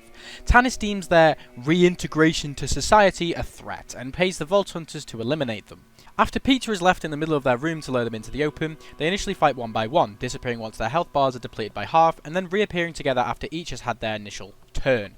They all wield melee weapons, have shell-like objects strapped to their backs, and are apparently acquainted with a woman named June. They are a kinda obvious but kinda subtle reference to the Teenage Mutant Ninja Turtles.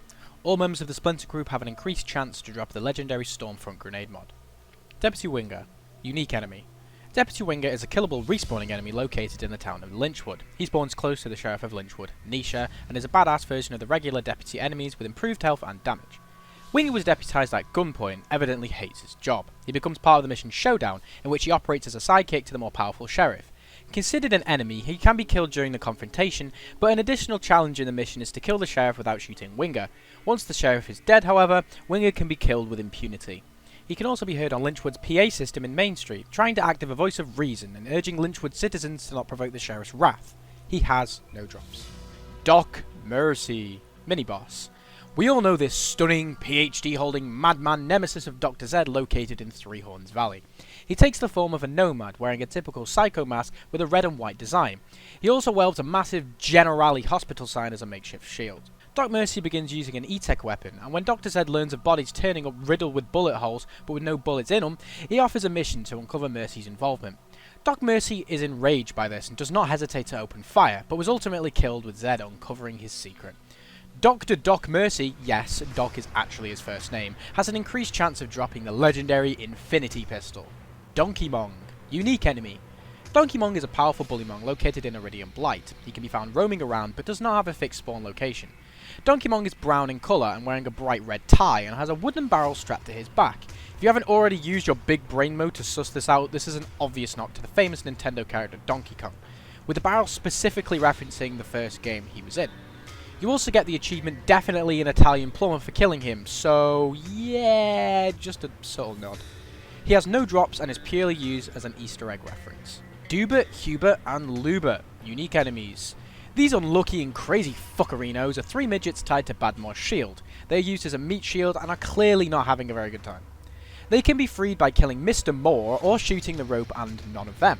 However, they won't thank you for it, as most of the time they just try to fucking kill you anyway like the little degens they are.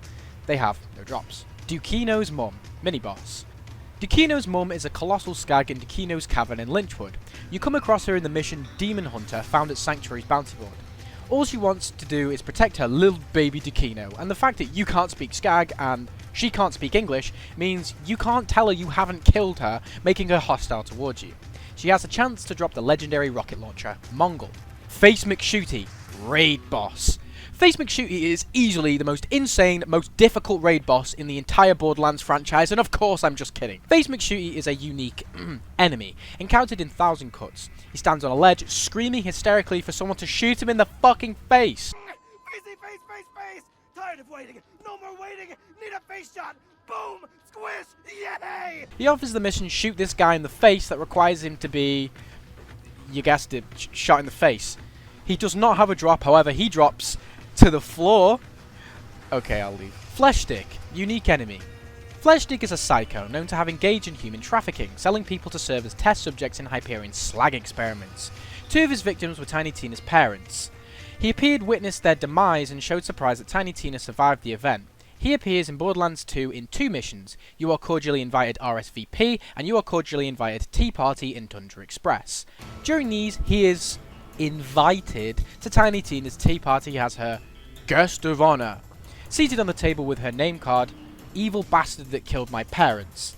She tortures him with an electric chair and finally disintegrates him. He has no drops for killing him as this fails the mission. However, completion of the mission rewards you with the unique teapot pistol.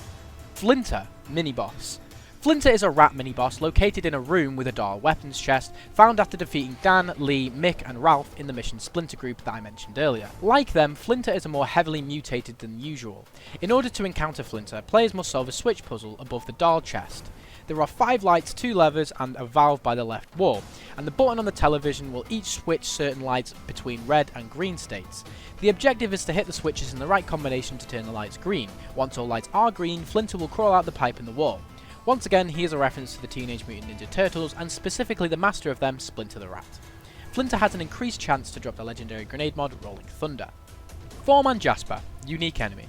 Foreman Jasper is an optional unique engineer enemy located in Opportunity, and a target of the mission Hell Hath No Fury given by Moxie.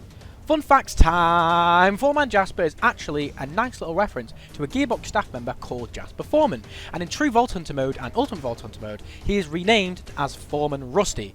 There isn't any Gearbox employee called Rusty Foreman, thank God, because that guy wouldn't have had a good time in high school, I tell you that for free. Geary, unique enemy.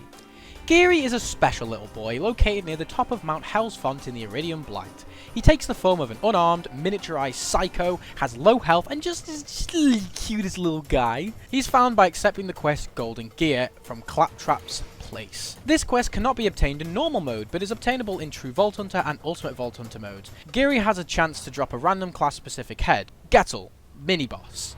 Gettle is a Hyperion soldier found on Boo out in the dust during the optional mission The Good, the Bad and the Mordecai. According to Mordecai, Gettle is a Hyperion goon looking for his treasure chest. He is aware that a bandit thief Carson knows its location and imprisoned him in the Friendship Gulag to interrogate him. Gettle is found along with Mobley, a treasure hunter intent on finding a loot stashed by Carson. Shortly after the hidden stash is unearthed, Mobley appears, and shortly after he appears, Gettle will appear as well. When Gettle appears, Mobley suggests that all of the combatants fight, including the Vault Hunter, for the loot, with a Truxican standoff. Mobley and Gettle are both killed by the Vault Hunter shortly after. Gettle has an increased chance to drop a legendary sniper rifle which actually has multiple names. On PlayStation and PC it was called the Lyud Miller or just Lyuda. On Xbox it was called White Death, and in Russian copies of Borderlands 2 on all platforms it was actually called the Maxim. Gluttonous Thresher, mini-boss. The Gluttonous Thresher, or Fat Bastard as I like to call it, is a unique Thresher fought in the Highlands Outwash right before the final part of Bright Light's Flying City. In order to return to Sanctuary, the Vault Hunters need to acquire a lunar beacon, but upon reaching the location of the beacon, this giant fucker rears out of the ground and swallows the device whole. The Gluttonous Thresher must then be killed in order to recover it. It is also a non-respawning mini-boss and is only used to advance the story, therefore this Thresher has no drops. Handsome Jack. Main boss and all-round fucking legend. Do I really need to say anything? It's Handsome fucking Jack. If you don't already know, 1, who he is, 2, how perfect a villain he is, or 3, what he means to the whole Borderlands fanbase, get the fuck out. Just because I'm so nice though, I'll explain it anyway. Handsome Jack is the main antagonist of Borderlands 2, and is the deuteronogonist of Borderlands the pre-sequel, hopefully I said that right. He has taken over the Hyperion Corporation, declared himself dictator of Pandora, and has stolen all the credit for finding the vault, going so far as to claim responsibility for killing the Destroyer. A new team of Vault Hunters is tasked with killing Jack and restoring relative peace to Pandora.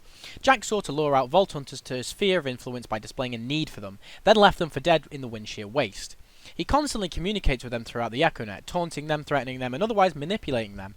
His building of Opportunity and the drilling into Pandora's core is no secret to the citizens of Sanctuary and Overlook, but he still keeps a leader-like facade when addressing his citizens of the Hyperion settled villages, or anyone who works for him. I mean, come on, it's Jack. We all know Jack. He always drops a character head at the end of his mask when killed, but nothing else unique. Henry, mini-boss. This cute little monster must be defeated as part of the mission Best Mother's Day Ever in the Highlands. It's a large spiked stalker named after Taggart's mother. Henry is first mentioned by Taggart in echo recordings found in stalker piles, in which it is described as having watched Taggart's camp. Later on it attacked and killed the rest of the camp's inhabitants. Eventually Taggart's hands were eaten, and in his final echo recording it is revealed that Henry has also eaten Taggart. Henry is killed by the Vault Hunters to obtain Taggart's hands and unlock the box containing his Mother's Day present. Henry has a rare chance to drop the legendary shield, the Cradle. Hodunk Pyrotechnician. Unique enemy. The Hodunk Pyrotechnician is known to manage the pyrotechnic displays at the Hodunk Speedway. He becomes an enemy during the course of the mission Clan War First Place Out in the Dust. He does not respawn and has no drops. Hunter Hellquist. Mini-boss. Hunter Hellquist is a radio host working for Hyperion. He can be met in person and killed during the aptly named optional mission This Just In at the Arid Nexus Boneyard. He is at the top of a radio station just east of the fast travel. Hellquist's show This Just In is the so-called Hyperion Truth Broadcasting. This Hyperion propaganda is usually slandering the Vault Hunter's actions while casting positive light on Handsome Jack. His show can be listened to on Echo from inside Sanctuary, with new episodes often released after a main storyline mission is completed. His office also contains additional echoes with episodes covering events that happened before the events of Borderlands 2, namely the arrival of Hyperion and the destruction of New Haven. Of course, he has the chance to drop the legendary B-Shield. Incinerator Clayton, mini-boss. Clayton is originally a member of the Bloodshot Bandit clan, but broke off when he decided to worship Lilith, the Firehawk. He is a leader of the cult called Children of the Firehawk, which worships Lilith as their god and seeks ways to please her. Clayton will send Vault Hunters on tasks as a part of the sideline quest Cult Following, which mainly involved setting the cult members on fire, an attempt to please a Firehawk, putting people at the end of sticks, yada yada. Lots of fire. His actions eventually incur the wrath of Lilith, who orders the Vault Hunters to kill him and wipe out his cult. After the questline is finished, Lilith rewards you with a legendary shield, Flame of the Firehawk. Incinerator Clayton also has an increased chance to drop the legendary Pyrophobia rocket launcher. Jack's Body Double, mini-boss. Jack's body double is found in Opportunity during the story mission The Man Who Would Be Jack. When Roland admits to not having any ideas on how to get through the door that will only open for Handsome Jack, Angel directs the Vault Hunters to Opportunity so they can kill one of Jack's body doubles and impersonate Jack for the door. I know you guys love this. It's fun fact time! So number 1, Jack's body double is actually voiced by Borderlands 2's writer Anthony Birch. All of his quotes are said in Anthony's regular voice, further emphasizing the double's extremely unenthusiastic tone of voice. No, I am Jack and I am dead. Ah! No! No! Love fun fact time, me. Best thing, best thing. He does not respawn and is purely just there to advance the story, so he has no drops. Jimbo and Tector Hodunk, mini-bosses. Jimbo and Tector Hodunk are the leaders of the Hodunk clan, the family of rednecks that run Hodunk Speedway. Tector is the voice and muscle, while Jimbo provides the brains of the family.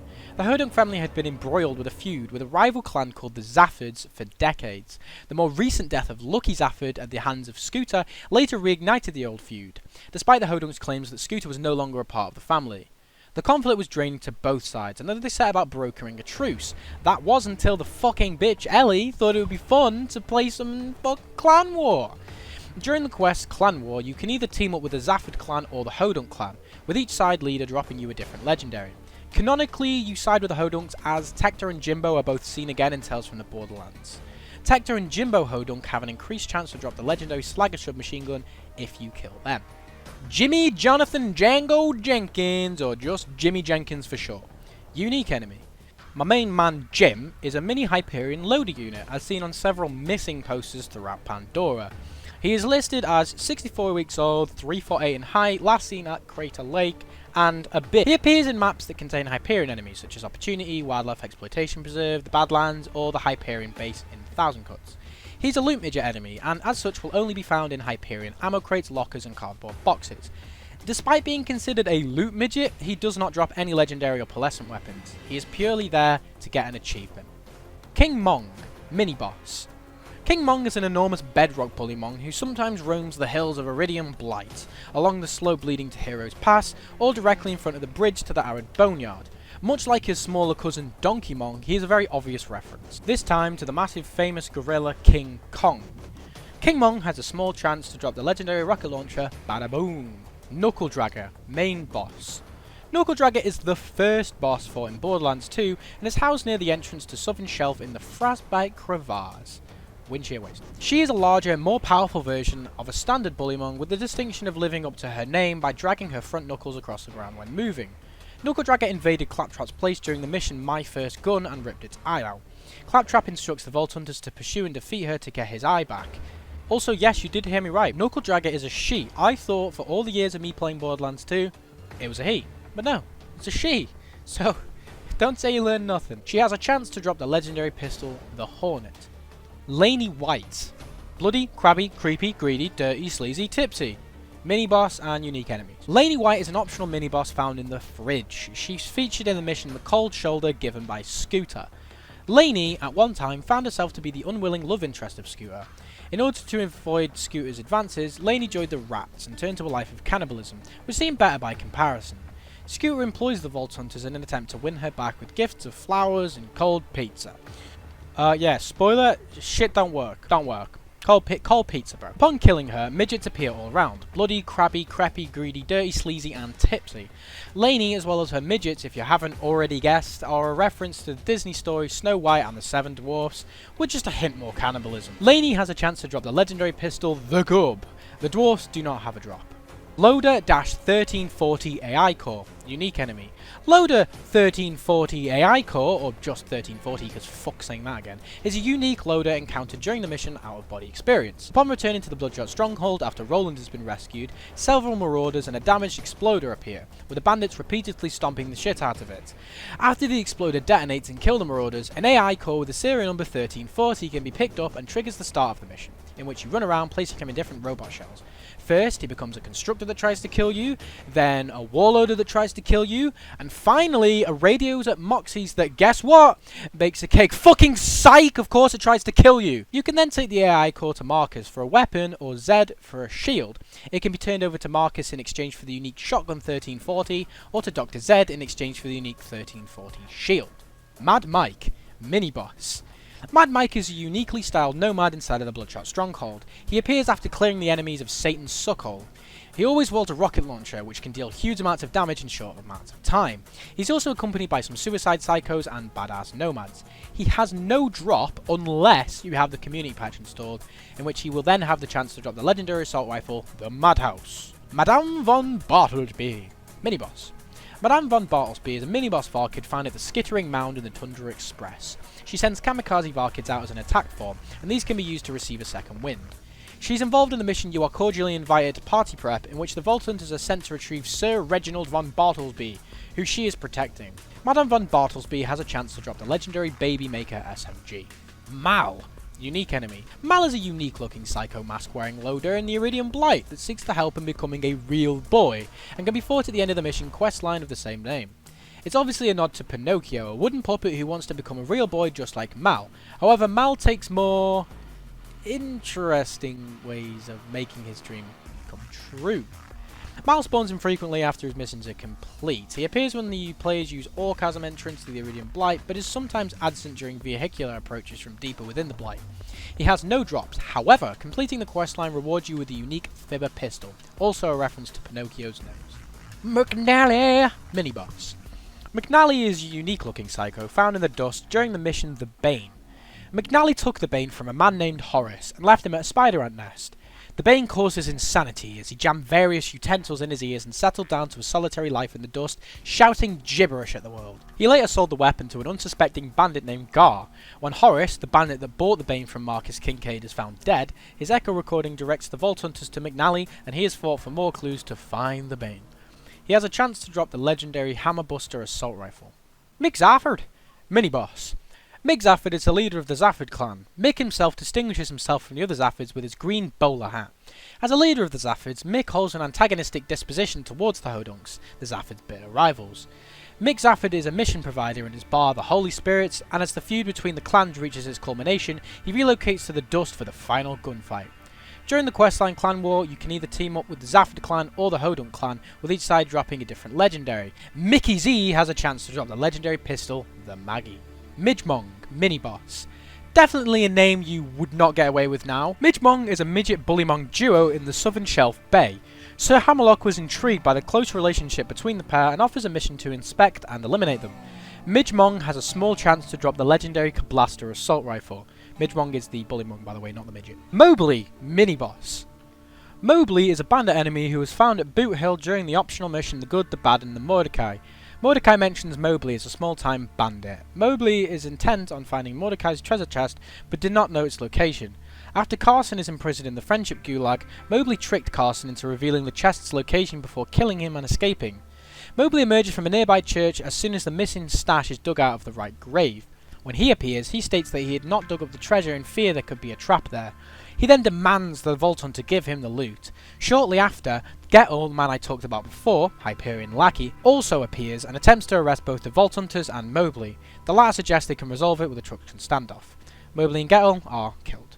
Mobley has a chance to drop the legendary Varrock assault rifle. Mortar, mini-boss.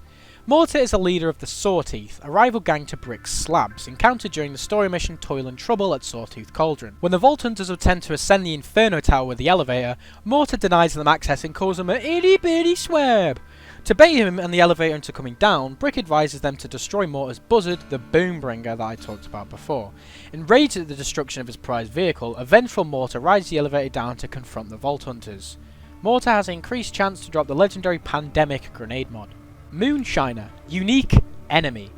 The Moonshiner is a unique bandit van, similar in style to the Caravan, that appears out in the dust after the mission Rackaholics Anonymous is accepted from the drunken depressed Mordecai.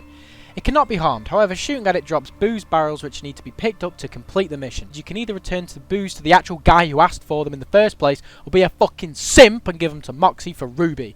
And of course we gave them to Moxie. Simp or not, Ruby fucking slaps, let's be honest. Muscles, unique enemy. Muscles is a unique bruiser who spawns randomly and rarely in 1000 cuts. He has a very low chance to spawn more than once in one run and is one of the most random inclusions in the game, but hey, at least he looks after his body, so can't fault him for that. He has no drops, but he is drop dead gorgeous. Old Slappy, mini-boss. Old Slappy is a larger thrasher that appears in the Highlands Outwash after accepting the mission Slap Happy from Sir Hammerlock the Lock. In Borderlands the pre-sequel, Sir Hammerlock ordered Jack's Vault Hunters to send 2 thrashers to Pandora. Later on, he had an unfortunate encounter with Old Slappy, who ate his right arm and right leg. Vengeful at Old Slappy for the loss of his limbs, as you would be, Hammerlock enlists the Vault Hunters to kill it, providing his pathetic arm as bait to lure it out. Old Slappy emerges from the extraction plant lake intent on consuming his next meal, but is killed afterwards. Good old Slapstronaut has a chance to drop the legendary Striker shotgun. Pimon, unique enemy. Pimon is a stalker found in the Wildlife Exploitation Preserve, usually alongside the Skeg Tumba. They have been spotted spawning in different areas of the preserve, but typically near the entrance of the Natural Selection Annex building in the east side. Killing him and his skaggy friend complete the badass challenge Ride Together, Die Together. Pimon has an increased chance to drop the legendary shield, the Transformer. Prospector Zeke, mini-boss. Prospector Zeke is located at Mount Molehill Mine in the Tundra Express after the mission Mine Oh Man has been accepted from Lilith. He is a nomad with a miner's light on his head, and he is purely there to advance the quest, and has no drops. Rackman / Bam Pow Zap, mini-boss. Rackman is a unique psycho located in the fridge and is accessible after completing the mission The Cold Shoulder accepted by Scooter. He can be found by travelling through the Rat's Maze, which has been opened during the mission. There is an echo recording found along the way which details the ravings of a man who believes himself to be the Rackman and most likely killed his own parents. Rackman wears the corpse of a rack as a cape and continuously claims, "I'm Rackman." He is hostile as soon as he drops from the ceiling, attacking with rack wing blades. When hurt, he will throw down a pellet in the shape of a rack and become invisible. He reappears in a puff of smoke shaped like a bat, accompanied by several rack named Pow, Bam and Zap. He is very obviously a really big fan of fucking Batman and is a clear reference to the billionaire superhero. Rackman has an increased chance to drop the legendary Gunnerang pistol. Requisition Officer and Bodyguards, mini-boss and unique enemies. The Requisition Officer is an optional boss encountered in Borderlands 2 during the mission at the overlooked Medicine Man given by Scooter. He is a Hyperion engineer with a med vendor on his back and is accompanied by a pair of Requisition Bodyguards, which are warloaders. He must then be killed to obtain the medicine from the vendor on his back to complete the mission. Both he and his bodyguards have no drops. Sarcastic Slab, unique enemy. This asshole is the reason for all the world's problems. He sits his cocky ass on his chair, the absolute wanker. Who does he think he is? Think you're funny, mate, do you, yeah? You think you're hot shit? Well, fuck you. This arrogant piece of absolute vermin is located at Brick's Arena in 1000 Cuts after passing his initiation. He does not respawn and the only thing he drops is fucking dead. Savage Lee, mini-boss. Savage Lee is a psycho-naturalist who loved bullymongs so much that he learned their ways and now lives among them, even though when you see him he's beating the ever-loving shit out of them. Abusive relationship much? He can be found living amongst the bullymongs in Three Horns Divide, south of the fast travel point in the Marrowfield. He has a chance to drop the Unkempt Harold legendary pistol. Scorch, mini-boss. Scorch is a giant fire spider ant found in Frostburn Canyon. It appears as part of the mission Cult Following False Idols. Scorch can also spawn in the Raiden Digistruct Peak on overpowered level 2 or higher. When first seen, Scorch is being worshipped as a god, much to the dismay of Incinerator Clayton. Tasked with the objective to find and eliminate this false deity, the Vault Hunters find the spider ant poised to deliver the killing blow to 5 willing psychos kneeling before it. Scorch has the chance to drop the legendary Hellfire SMG. The Sheriff of Lynchwood, Nisha, mini-boss. Nisha Kadam, also known as the Sheriff of Lynchwood, is an optional boss in Borderlands 2 encountered during the mission Showdown. She is also featured as a playable Lawbringer class character in Borderlands the pre-sequel. After the events of the pre-sequel, Nisha began a romantic relationship with Handsome Jack and became his significant other. Later on, Nisha assisted in the fall of New Haven and even managed to capture and imprison Brick, as well as killing one of his beloved puppies. At some point, Handsome Jack gave Nisha governing power over the town of Lynchwood, with her taking up the office of Sheriff. She ruled Lynchwood with an iron fist, enforcing over 200 of her own laws, each of which was punishable by death. After the Vault Hunters arrive and start disrupting her control under the orders of a vengeful Brick, she challenges them to a showdown at high noon. In classic Western style, she gets defeated. Nisha the Sheriff has a chance to drop the unique Law Pistol and unique Sheriff Badge Relic. Shirtless Man, unique enemies. The Shirtless Men are enemies that only appear for the mission Too Close for Missiles given by logins inside the camp within the dust. They are classified as badass enemies, having comparable health and also dealing comparable damage. The enemies and just the mission as a whole is a massive reference to the movie Top Gun, which had a very good sequel. If you haven't watched it yet, go do it, not sponsored. They have no drops. Sinkhole and Shouty, mini-bosses. Sinkhole is a stalker mini-boss encountered in the fridge during the mission Swallowed Whole given by Scooter. Sinkhole must be killed to release Shorty from his stomach so that Shorty may be killed to complete the mission. Shorty is a midget that defaces one of Scooter's catcher ride systems, and despite Scooter admitting he lets others and himself do it occasionally, this time he wants him killed for it. He was hiding out in the fridge until he was devoured by Sinkhole. They both have no drops. Smashhead, mini-boss. Smashhead is a large Goliath found in the fridge. He only appears after completing the mission Note for Self-Person, which is given by a dead Goliath in the fridge. Smashhead is the brother of that Goliath, who was called Crank. Marcus sent Crank's newly bought supply of weapons to him for safekeeping. Despite this, Crank continually forgets that the weapons are in Smashhead's possession. After obtaining Crank's recorder, the Vault Hunters find his weapons cache and open it, incurring the wrath of Smashhead, who guards these weapons. He wields a large doll sign as a makeshift shield, uses a rocket launcher, and has several midget boner accomplices. Smashhead has an increased chance to drop the legendary Sledge's shotgun. Son of Mothrak, mini-boss. The Son of Mothrak is found in the observation wing of the Wildlife Exploitation Preserve. He serves as a farmable stand-in for Bloodwing after Bloodwing's defeat, and is a subtle nod to the original Mothrak from Borderlands 1. He has an increased chance to drop the legendary Skullmasher Sniper. Spyco, mini-boss. Mr. Florence Eisenhower Spyco III, not his actual name by the way, is a mini-boss of Hybrid Psycho and Spider-Ant, found in Frostburn Canyon and encountered at the end of the mission Monster Mash Part 3 given by Dr. Zed. This freaky fucker was created by Dr. Zed from human and Spider-Ant parts, and afterwards he decided that his experiments need to be brought to an end, and sends the Vault Hunter out to deal with the problem. Spyco has the chance to drop the legendary Neogenator Shield. Stalker Handlers, unique enemies. These unique Hyperion engineers are found in the Wildlife Exploitation Preserve after accepting the mission Animal Rights from Mordecai. They are tasked with keeping a personal friend of mine and all-around great stalker Willie at bay. Of course, we can't jive with my boy being locked up, so we are sent to free him and all of his animal buddies, including a skag also called Willie, some alpha skags, and a badass stalker named Stinger, who is quite good at poker, though I personally think, like, he folds his cards, bro. Like, what? You don't even have hands? How the fuck are you beating me? Stalker handlers do not have any drops. Alright, forgive me, I'm going to bring out my inner Mr. Torgue Hi-Fi Flexington out for this one. Terramorphous, the invincible, rainbows. Okay, I'm going to stop now. If it ain't my main man, Terry. Terramorphous is an enormous, unique thresher that is only accessible once the main story has been completed. He appears in the mission named You Will Die. Seriously. Given by Patricia Daniels. Terramorphous can be fought multiple times for the cost of 8 Iridium to access Terramorphous Peak. It is revealed in Borderlands the pre-sequel that Jack's band of Vault Hunters were indirectly responsible for introducing the Thresher species, which is actually native to Pandora's moon Elpis, to Pandora itself, by smuggling 2 juvenile specimens to Sir Hammerlock. Cheers for pointing that out in the last video, guys. By the way, loads of people pointed that out to me, so cheers for that. Hammerlock proceeded to nickname the male Thresher Terry, which later became the largest Thresher on Pandora. Fun fact time again, their tentacles are actually spelled with 1 R missing, meaning it's not Terramorphous, it's Terramorphous. If you haven't noticed that, go check it out, it's actually true. Terramorphous can drop multiple items exclusive to it. Slayer of Terramorphous class mod, which has a 100% drop rate for any random class, the Hide of Terramorphous shield, the Blood of Terramorphous relic, the Teeth of Terramorphous shotgun, the Breath of Terramorphous grenade, and also has the increased chance to drop the legendary Pitchfork sniper rifle. Tumba, unique enemy. Tumba is a barf skag found in the Wildlife Exploitation Preserve, usually alongside the stalker Pimon that I mentioned earlier. They have been spotted spawning in different areas of the preserve, but once again are typically found near the entrance to the Natural Selection Annex building on the east side of the preserve. Something I did not mention before is that they are both actually a reference to Lion King, with their names literally being exactly the same, just swapping the first letter of each one around with each other.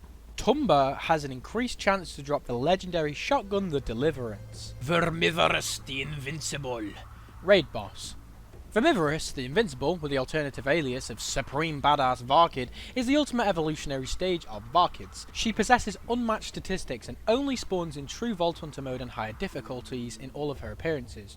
She has the uniqueness of being able to be spawned practically anywhere a Varkid also spawns, meaning you could fight it in a massive or tiny environment.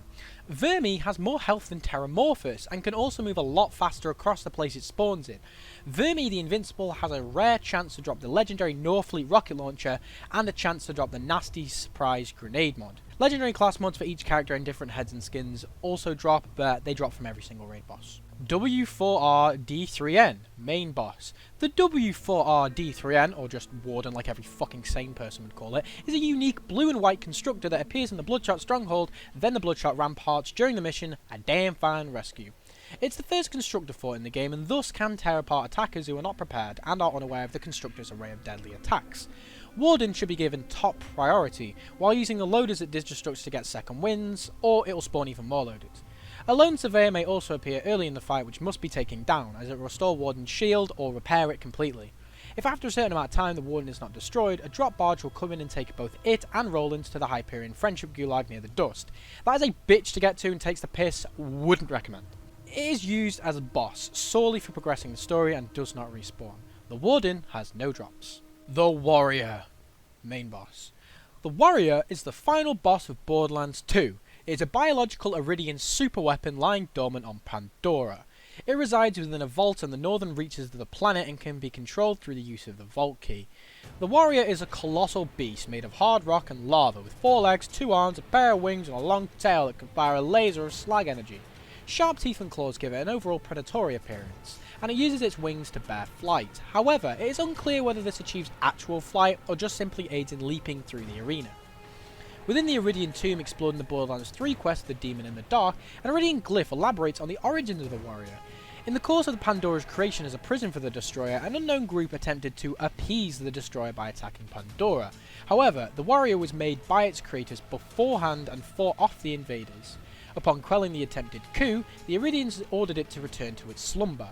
The last line of the glyph's recording said that it would wake up in response to those who would disturb Pandora's peace.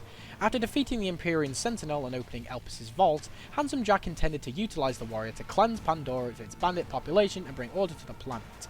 The Crimson Raiders are intent on stopping Jack from waking it, though they fail, and the Vault Hunters instead defeat Jack and the Warrior. The Warrior has the chance to drop the legendary Conference Call Shotgun, legendary Impaler Shield, legendary Flacker Shotgun, legendary Leech Grenade mod, and the legendary Volcano Sniper Rifle, as well as other non-specific drops. And lastly, we have Wilhelm, main boss.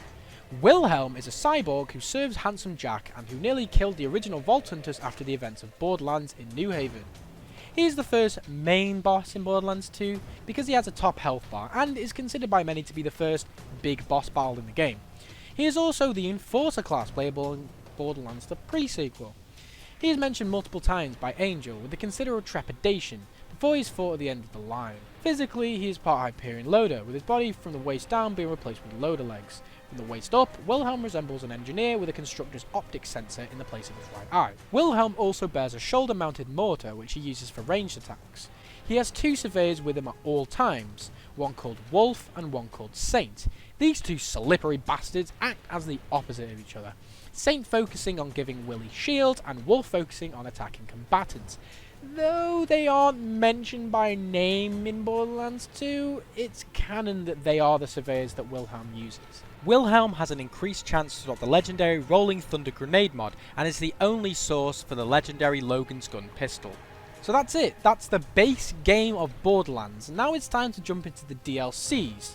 Well, less of a jump and more of a slow, fast travel. See, Captain Scarlett's Pirate Booty is a DLC that, though not the most popular out of all four, had some amazing characters, weapons, and always seems to make me thirsty. I don't know if that's just me, am I alone in that? It just makes me thirsty all the time. Anyway, let's get on with it. Big Sleep, mini-boss. Big Sleep is Sandman's bodyguard, found in Hater's Folly. He must be defeated along with Sandman to obtain Sandman's piece of Captain Blade's compass. He's just a tougher version of the Anchorman enemy, and, fun fact, his name is actually a reference to the novel The Big Sleep by Raymond Chandler. Big Snooze has a chance to drop the 12-pounder unique rocket launcher. Benny the Booster, mini-boss. Benny the Booster is a sand pirate hiding out in the Canyon Deserter Camp. He's encountered in the mission Just Deserts for Deserters, given by Captain Scarlett, just east of the derelict Oasis Township. He has some of the mannerisms of a rat and carries an assault rifle with him in battle. Benny was once a ship's cook in Captain Scarlett's crew, though he deserted the crew when Sandman attacked, and Scarlett's punishment for desertion is death. In this case, the result is an assassination contract issued to the Vault Hunters, who simply have to locate him and gun him down. He has no drops. Deckhand, mini-boss. Deckhand is the second of the two sand pirate deserters formerly of Captain Scarlett's crew. He can be found at Sandman's Overlook in the same mission as Benny. The Deckhand deserted Captain Scarlett's crew after they were attacked by Sandman and his men. He has no drops. DJ Tanner, mini-boss. DJ Tanner is a fucking rat DJ of all things, found at the Magnus Lighthouse during the mission Freedom of Speech, given by Censorbot. He's a profane radio personality that Censorbot wants dead. More facts! DJ Tanner is actually the name of a character from the American sitcom Full House. He has no drops. Grendel, mini-boss. Grendel is a giant bullymong found in Hater's Folly during the mission Grendel found at the Oasis bounty board. It has a spiky hide and is further differentiated from other bullymongs by its spiked hood and car tyre on its back. He has no drops. H3RL-E, main boss. H3RL-E, or just Hurley, is a respawning boss near the end of the Washburn refinery found in the mission Whoops. It is essentially a giant blue and white version of a normal loader with a barrel launcher from a bandit technical mounted high on its back. He is also the only boss in all of Borderlands 2 that has his intro cutscene play every time you encounter him. He is also a subtle reference to the movie WALL-E. He has no drops, but if you have the community patch installed, he has a chance to drop both the unique Shotgun Orphan Maker and the unique Sandhawk SMG. Hyperius the Invincible, raid boss. According to Shade, Hyperius was a regular engineer who grew mad with power. After the vault opened, dangerous alien creatures awoke from their slumber. Hyperion was altered by them, becoming one of the most powerful entities on Pandora. He's also a Seraph Guardian, dropping Seraph Crystals on Ultimate Vault Hunter mode. Hyperius has an increased chance to drop the legendary Northfleet Rocket Launcher, the legendary Hornet Pistol, the legendary Shield Whiskey Tango Foxtrot, the legendary Sledge's Shotgun, the legendary Shredder Fire Assault Rifle, the legendary Rocket Launcher Pyrophobia, and the Kiss of Death Grenade mod. He can also drop Pearlescent and Seraph weapons, but nothing specific. Master Guy the Invincible, raid boss. Mr. Guy can only be found upon completing the DLC's main mission line and is available for challenge after you have beaten the Hyperius the Invincible mission. Master Guy's mission is given by Shade and Oasis.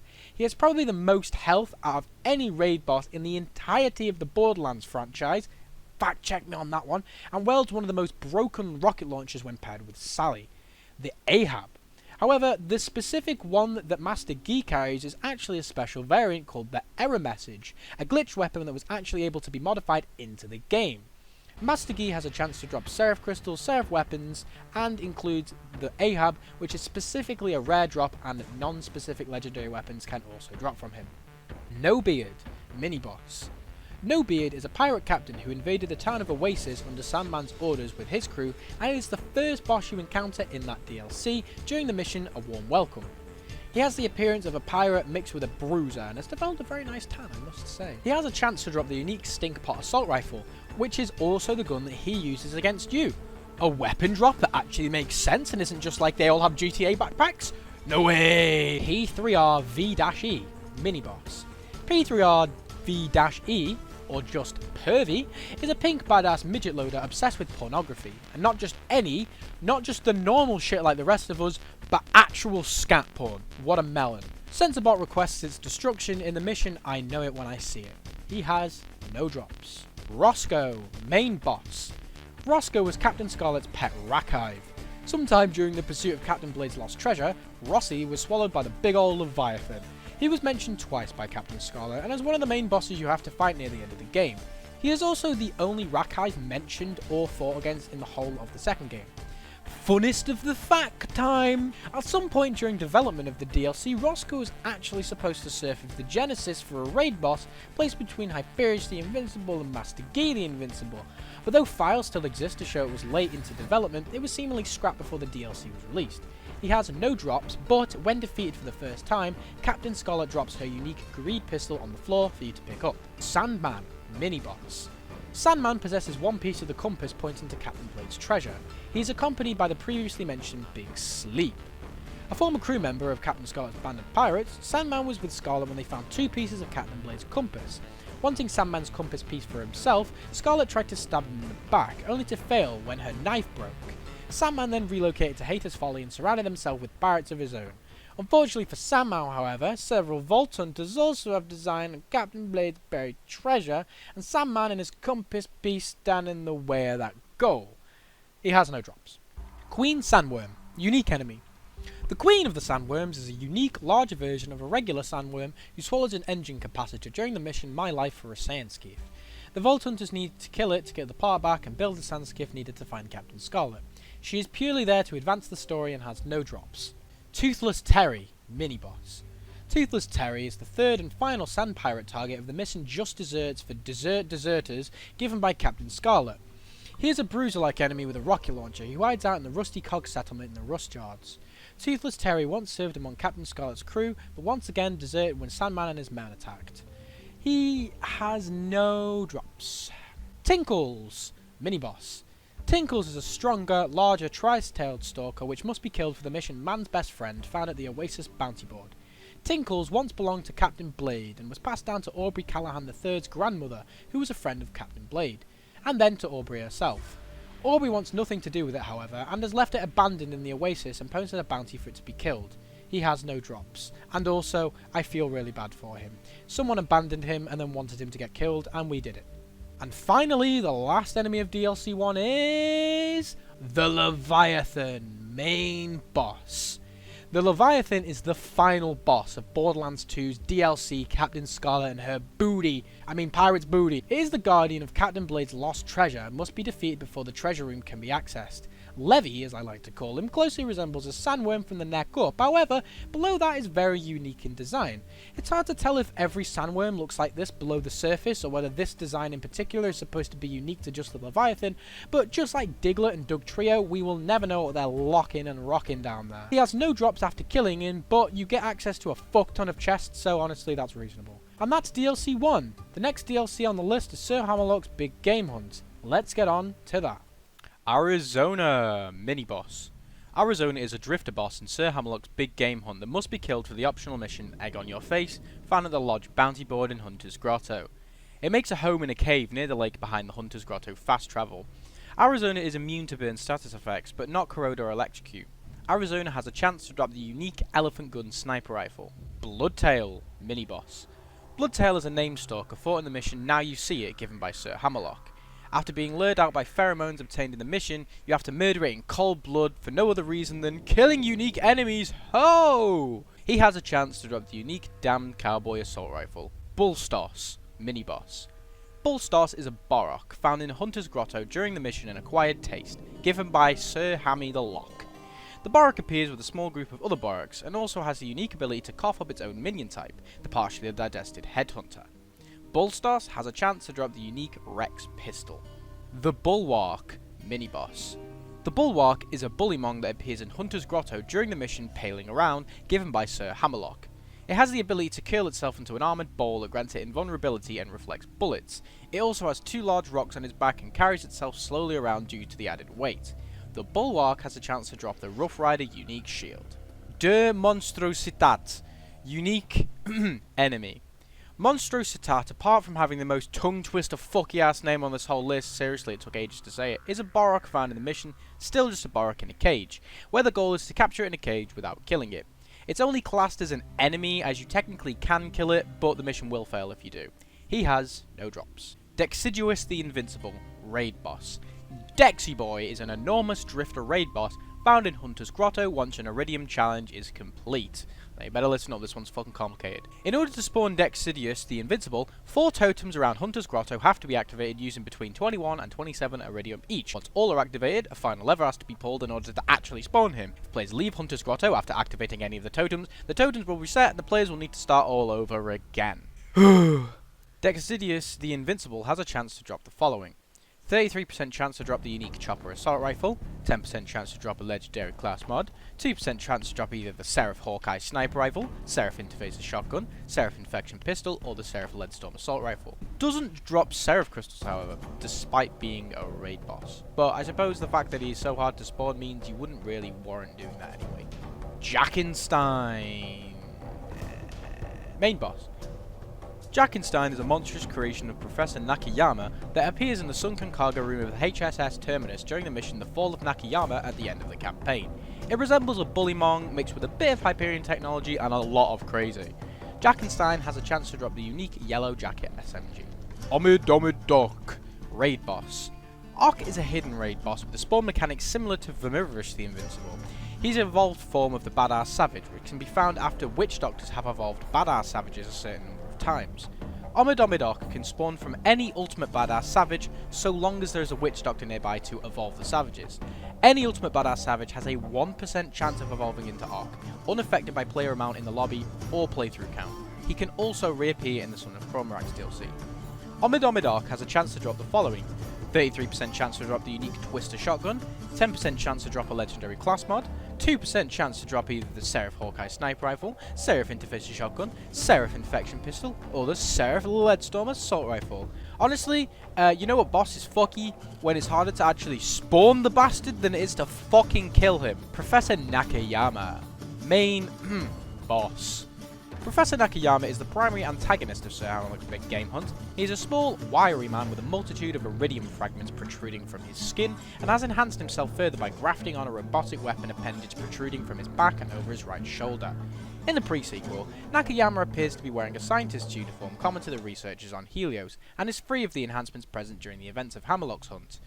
Nakayama is a scientist who had become distraught after the death of his idol handsome Jack. Through further misfortune, a Hyperion transport ship that he was on crashed on the primitive continent of Agros, leaving Nakayama to fend for himself in hostile territory. To that end, he resumed the kind of experimentation that he had done for Hyperion, grotesquely modifying both himself and some of the local fauna, and making a plan to clone his idol handsome Jack. The only thing he drops is down the stairs! Rakanoth, mini-boss. Rakanoth is a boss enemy encountered at Skylar's Grove in the mission The Rakdalia Murder given by Claptrap. It is a giant corrosive rock with a unique trail following behind it. Rakanoth has the same loot pool as Son of Mothrak, meaning it has the increased chance to drop the legendary Skullmasher Sniper Rifle and the Son of Mothrak's unique dropped skins. Rouge, mini-boss. Rouge is a large, light purple coloured crystallisk which inhabits the Big Bluff area during the mission Big Feet given by Sir Hammerlock. While most crystallisks have 3 crystals, Rouge has 6, 1 on each leg and 3 on its main body. Rouge will spawn mini Rouge crystallisks which can deal considerable damage despite their small stature. Whoever said people who are small can't deal damage has never seen Danny DeVito's cock. Rouge has the chance to drop the unique Hydra shotgun. Thermitage, mini-boss. Thermitage is probably one of the most badass named mini-bosses ever, like fuck me. Thermi is a large scallion found within Skylar's Grove during the mission Professor Nakayama, I presume, during the main story. He has no drops, which is honestly just disappointing. Veracidus the Invincible and Chief Nguatu, raid boss. Veracidus is a massive raid boss and also a massive dick. He's also accompanied by a unique savage called Chief Nguatu. Veracidus is a stalker the size of a small building that is only accessible once the fall of Nakayama has been completed. The natives believe he is a god, but Chief Nguatu, whom they believe is a heretic, is attempting to control it for himself. Like other bosses, it can be fought multiple times. He is a complete passive till threatened, and while no dialogue indicates this aside from mentioning that he is considered a god by native, it is one of the very few known Seraph Guardians in all of Pandora. Veracidus has a chance to drop the following: 100% chance to drop between 27 and 30 Seraph Crystals in Ultimate Vault Hunter mode, 100% chance to drop either the Seraph Hawkeye Sniper Rifle or the Seraph Interfacer Shotgun in Ultimate Vault Hunter mode, 2% chance to drop either the Hawkeye, Interfacer, Seraph Infection Pistol or Seraph Leadstorm Assault Rifle in any other mode, and a 10% chance to drop a Legendary class mod, each class specific. Wound Spike, main boss. Wound Spike is a main story boss in Sir Hammerlock's big game hunt. It is a Borok, artificially enhanced with a Hyperion turret grafted to its back, and a large handsome jackmask affixed to its face.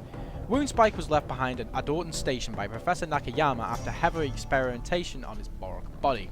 Killing this abomination becomes a target objective towards the end of the mission, a hunting we will go during the main story. He has no drops. And that's Sir Hammy Big the Lock's hunt. Gay. It's pretty unique list because most of them are actually creatures, as would be, you know, theorized, as it is a game hunt DLC with Sir Hammerlock, so you'd kind of think he's going to do creatures. On to Torgues campaign Carnage. So we're starting off strong with a dead meme. It's the Anonymous Troll, unique enemy. An enemy you can definitely tell came out 10 years ago. The Anonymous Troll is a personification of the classic internet troll found in the Forge. Mr. Torgue tasks the Vault Hunters with eliminating him in the optional mission Say That To My Face, found at the Forge bounty board. Of course, he also has to become the fucking Anonymous Troll face in TVHM and UVHM. So funny! He has no drops. Badassosaurus Rex, main boss. Badassosaurus is a machine with the appearance of a half-track vehicle modelled after Tyrannosaurus Rex, piloted by Piston. It is a formidable opponent with a resilient structure and a number of devastating attacks. It is immune to all elemental attacks, meaning in UVHM it is a bitch to kill as you can't slag it and there's no ads to get you back up from fight for your life. The Badassosaurus is used by Piston to maintain control of his #1 ranking in the Torgue arena with an unfair advantage. However, the Vault Hunters managed to destroy it and Piston is forced to fight them without it. It has no drops. Buff Gamer, unique enemy. Buff Gamer is a unique biker who features in the mission Matter of Taste found at the Crater Bounty Board in the Southern Raceway. He's essentially just someone who disses Torgue's new favourite game, and for that he very rightly deserves a slow and painful death. He has no drops. Enrique, unique enemy. Enrique is a badass fire skag that the Vault Hunters are sent by Tina to take for a walk in the mission Walking the Dog as part of their training. Upon his release, he will instantly start chasing after the Vault Hunters. The mission requires running, or driving, through several waypoints while Enrique gives chase. At the same time, the bikers will attack Enrique, forcing the Vault Hunters to defend the skag and prevent him from dying. If Enrique dies, the mission will fail. He of course has no drops, but finishing the mission rewards you with the unique Tina Assault Rifle Boom Puppy. Game Critic, unique enemy. The Game Critic is the second unique biker in the mission Matter of Taste found at the Crater Bounty Board in the Southern Raceway. He's just like the Buff Gamer in the fact that he's scum! IGN looking ass, gave Elden Ring a 6 out of 10 head ass motherfucker. He has terrible taste in games, but no drops. Hamhock, mini-boss. Other than sounding like what Hammerlock would be called if you slow rotated it at like 150 for 4 hours with a sweet honey mustard glaze, Hamhock is an enemy encountered during the mission Mother Lover given by Scooter. Scooter wants Hamhock, an acquaintance of his mother Moxie, killed. On the route to Hamhock in the beatdown, Moxie contacts the Vault Hunters, admitting she was drunk and that what they did was consensual. 4 or 5 bases of consensual. Moxie then begs to have Hamhock's life spared and Scooter's other assassins killed instead. He has no drops. Monster Truck!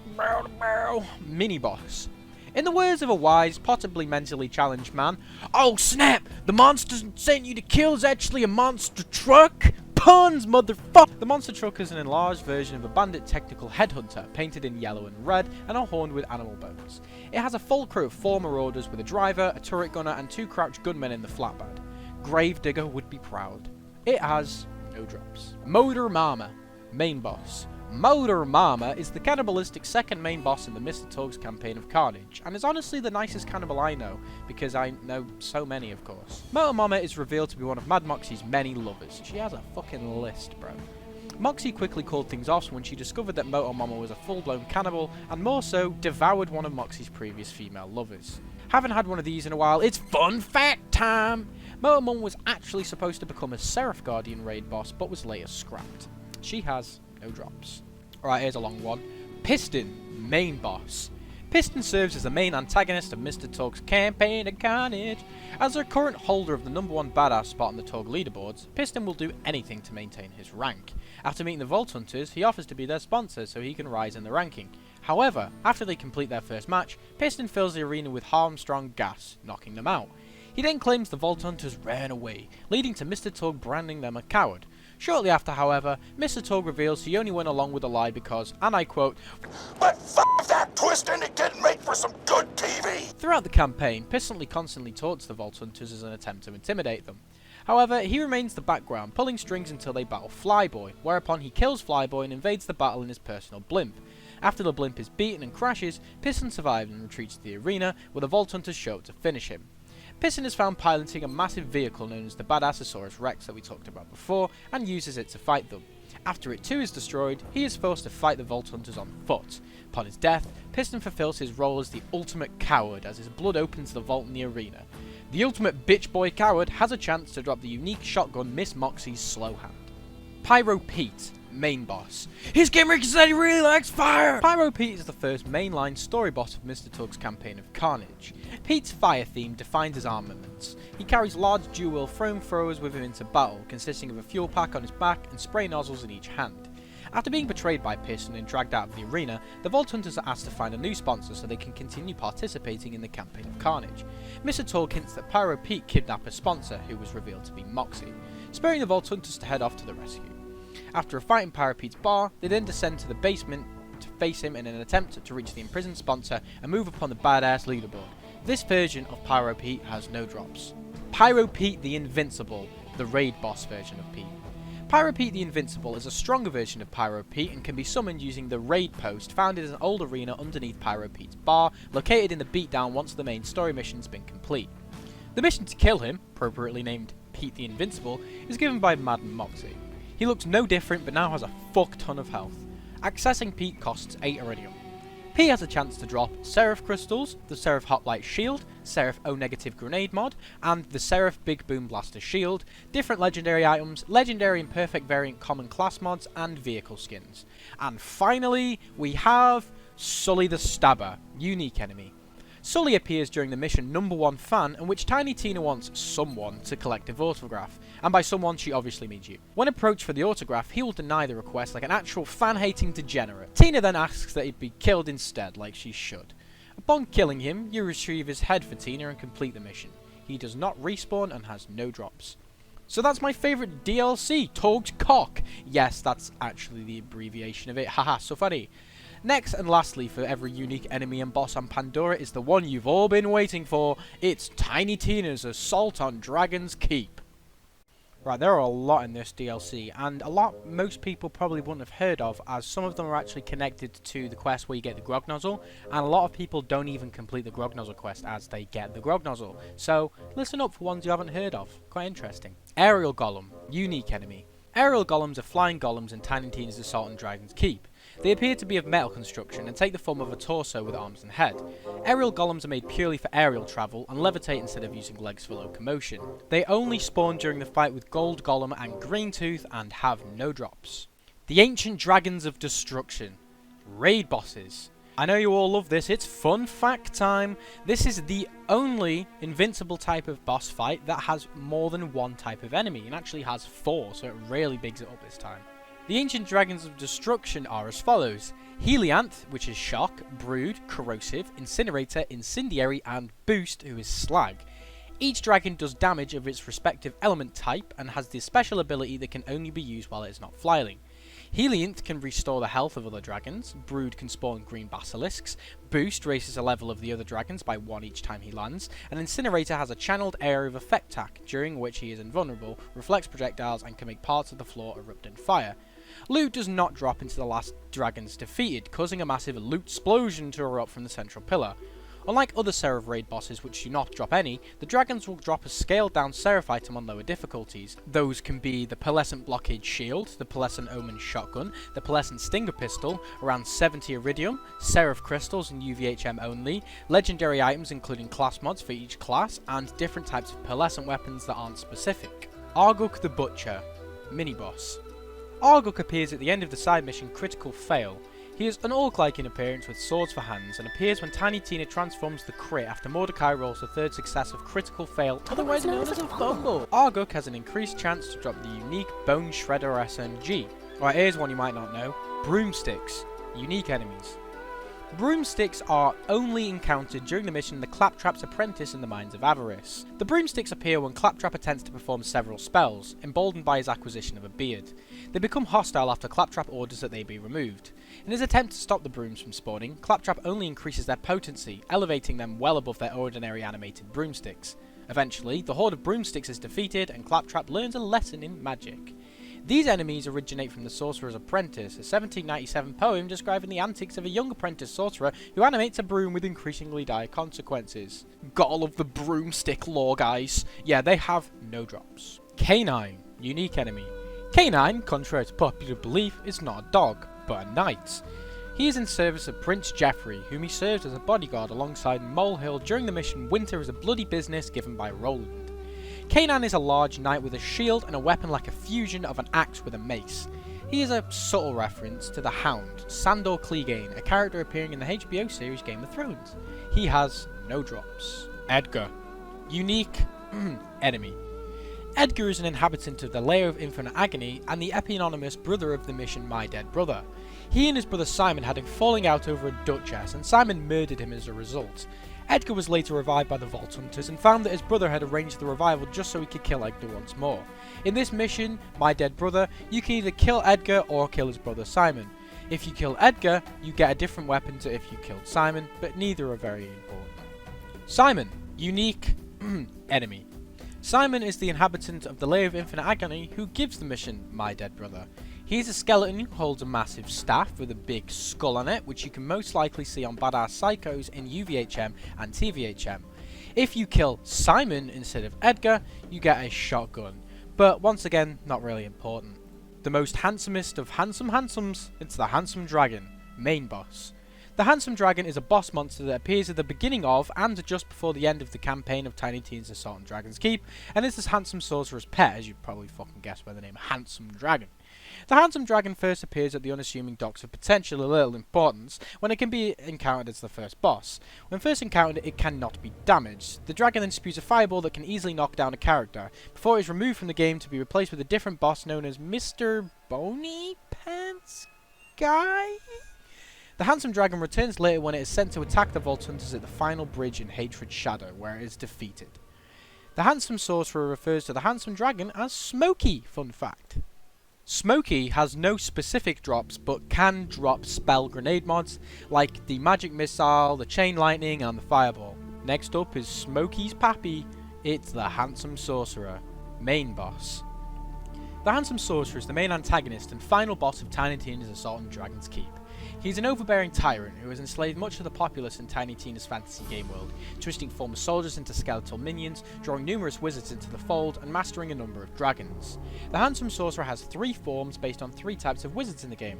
The Handsome Sorcerer, a sorcerer form used throughout the campaign while he torments and heckles the Vault Hunters. This form masters Shock, wears a powerful shield and can conjure a number of duplicates of himself. The Necrotic Sorcerer. The second form is a Necromancer, which uses necromantic spells and has the power to summon the dead. Demonic Sorcerer. His final form is that of a Fire Mage with an incendiary spell and calls forth support from several dragons and represents the devil very well. The Handsome Sorcerer is Tiny Tina's representation of Handsome Jack. As the final boss battle progresses, Tina is forced to come to terms with reality.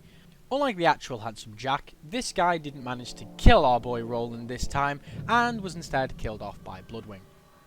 The Handsome Sorcerer actually has a very similar loophole to the Warrior, with an increased chance to drop Handsome Jack's mask, the legendary Volcano Sniper Rifle, the legendary Impaler Shield, the legendary Leech Grenade mod, the legendary Shotgun Conference Call, the legendary Flacker Shotgun, and the legendary Kablaster Assault Rifle, Sir Boyle, Sir Mash, and Sir Stew. Unique enemies. I put them all together as they are all part of one quest and have very similar names, and they basically just get killed without any explanation to who their characters actually are. They are located in the mission Loot Ninja given by Sir Gallo in Hatred Shadow. Not really much else to be said about these, they don't ever get expanded upon, and they have no drops. Mr. Bony Pants Guy? Main boss. Mr. Bony Pants Guy, or MBPG as I like to call him because I'm cool and down with the fellow kids, is the first boss encountered in Tiny Tina's Assault on Dragon's Keep. He's a midget skeleton at the unassuming docks that fights with a mace. He is summoned to replace the handsome dragon after Tiny Tina was chastised for starting off with an impossible boss fight against the handsomest handsome dragon. Killing Mr. Bony Pants Guy gives the achievement I totes planned that boss. He has no drops. Molehill, unique enemy. Molehill is a knight and serves to Prince Geoffrey, whom he serves as a bodyguard alongside Canine, which I talked about before. He fights using a crude sword of gigantic proportions during the mission Winter is a Bloody Business given by Roland. He, alongside Canine, has no drops. Oh, I like this one, this is really funny, right? Noob Killer. Yeah, you can tell this fucking came out a long ass time ago. Mini-boss. Noob Killer is an enemy knight in Tiny Tina's Assault on Dragon's Keep DLC played by an out-of-game character who is themselves a gamer who has defeated another out-of-game character called the Crestfallen Player. Noob Killer invaded the world of the Crestfallen Player in an attempt to kill him and obtain his souls, while the Crestfallen Player was tending to his wounds by drinking an Estus flask. He sneaked up behind him and stabbed him in the back, killing him and causing him to lose his humanity and his souls. After the Vault Hunters restore the Crestfallen Player's humanity by obtaining souls, Noob Killer becomes aware and invades their world in order to eliminate them and steal the recently regained souls. Can you guess what game this is referencing? I'll give you a clue. It rhymes with Mark Moulds. It's called Dark Souls. It's called Dark Souls. It's Dark Souls, guys. Come on. The Sorcerer's Daughter, main boss. The Sorcerer's Daughter is a boss featured in the late game of Tiny Tina's Assault on Dragon's Keep, keeping with the theme of characters being based on Borderlands 2's characters. The Sorcerer's Daughter is an allegory of Handsome Jack's daughter, Angel. However, due to Tiny Tina's fucked mind perspective, she transforms into a completely evil human spider hybrid and attempts to kill the Vault Hunters the moment she is released. I don't really want to know what's going on in Tina's head if she thinks Angel is a fucking spider with a longbow that tries to kill you, but you know, sometimes you just don't question things like that. Angel the fucking spider has a chance to drop the legendary Slagger submachine gun and the legendary Varrock assault rifle. Skeleton Kings, main bosses. The Skeleton Kings are summoned alongside other lesser skeletons for a final boss fight in the mission Denial Anger Initiative. The skeletons appear in sequence and are fought in the following order. Number 1, King Elia. Number 2, King Chrono. Number 3, King Seth. And number 4, King Nazar. They all look exactly the same and just have different names. They have no specific drops. Here's one I relate to really heavily. The Unmotivated Golem. Mini-boss. The Unmotivated Golem is a unique Golem enemy, found in the mission The Sword and the Stoner given by Roland. It is an advanced form of a rock golem and is given extra life from a curse derived from a sword lodged in its back. The Unmotivated Golem is first encountered in a slumbering state but rises to attack once it's interfered with. While it initially remains in the unmotivated state when it's first interfered with, it eventually ascends through the additional state to being motivated, perturbed, and then finally enraged. It has no drops. Warlord Grug, mini-boss. Warlord Grug is a mini-boss who can only spawn in the forest. He is a large orc who wields a large battle axe in combat which does devastating damage to his enemies. In addition to his high health and damage output, Warlord Grug is armoured almost everywhere. He sports armoured greaves, shin guards, a pauldron on each shoulder, a chest plate and a helmet. The helmet protects his head against critical hits. An effective strategy against him is to run and gun, periodically turning around to deal damage using a combination of slag and incendiary attacks. Especially in Ultimate Vault Hunter mode, I swear to God, if you don't slag him, you're in for a bad time. Well, I suppose that's fucking any enemy in UVHM, let's be honest. Warlord Torgues is our final enemy. Mini-boss. Warlord Torgues is a boss enemy who only appears in the Mines of Avarice. He is a large orc wielding a large spiked warhammer and clad in spiked armour. Warlord Torgues' melee attacks are devastating and when used in rapid succession can easily put you down. Warlord Torgues has the ability to level himself and others around them by 1 level. He can do this at least 5 times, in which he turns into the Duke of Orc. In addition to high health, Warlord Torgues has armoured greaves, shin guards, a pauldron on each shoulder, a chest plate and a helmet. The helmet protects his head against critical hits, just like Warlord Grug. Both of these enemies have no drops. So that's everyone's favourite little DLC, which inspired its own spin-off DLC and inspired its own fucking game. So it's very popular, so I hope you enjoyed that one. Now I'm just going to quickly cover all the main bosses of each Headhunter pack, as the Headhunters aren't really that big, and the bosses really are the only important part of them. So, Mr. Tinder Snowflake, main boss. Tinder Snowflake is the final boss in the How Marcus Saved Mercenary Day DLC Headhunter pack. After Marcus saves the town of Gingerton, there is one last task. You need to head to the frozen lake in the northeast corner of Gingerton to ring the bells and wake Snowflake up. Upon killing him, the gun shipment that Marcus wanted is delivered in 2 chests on the side of a train and contains loot and iridium. Mr. Tinder Snowflake does not drop anything, as the reward for killing him is the train shipment that Marcus has for you. The Pumpkin Kingpin, main boss. The Pumpkin Kingpin is the boss featured in the TK Baja's Bloody Harvest DLC Headhunter pack.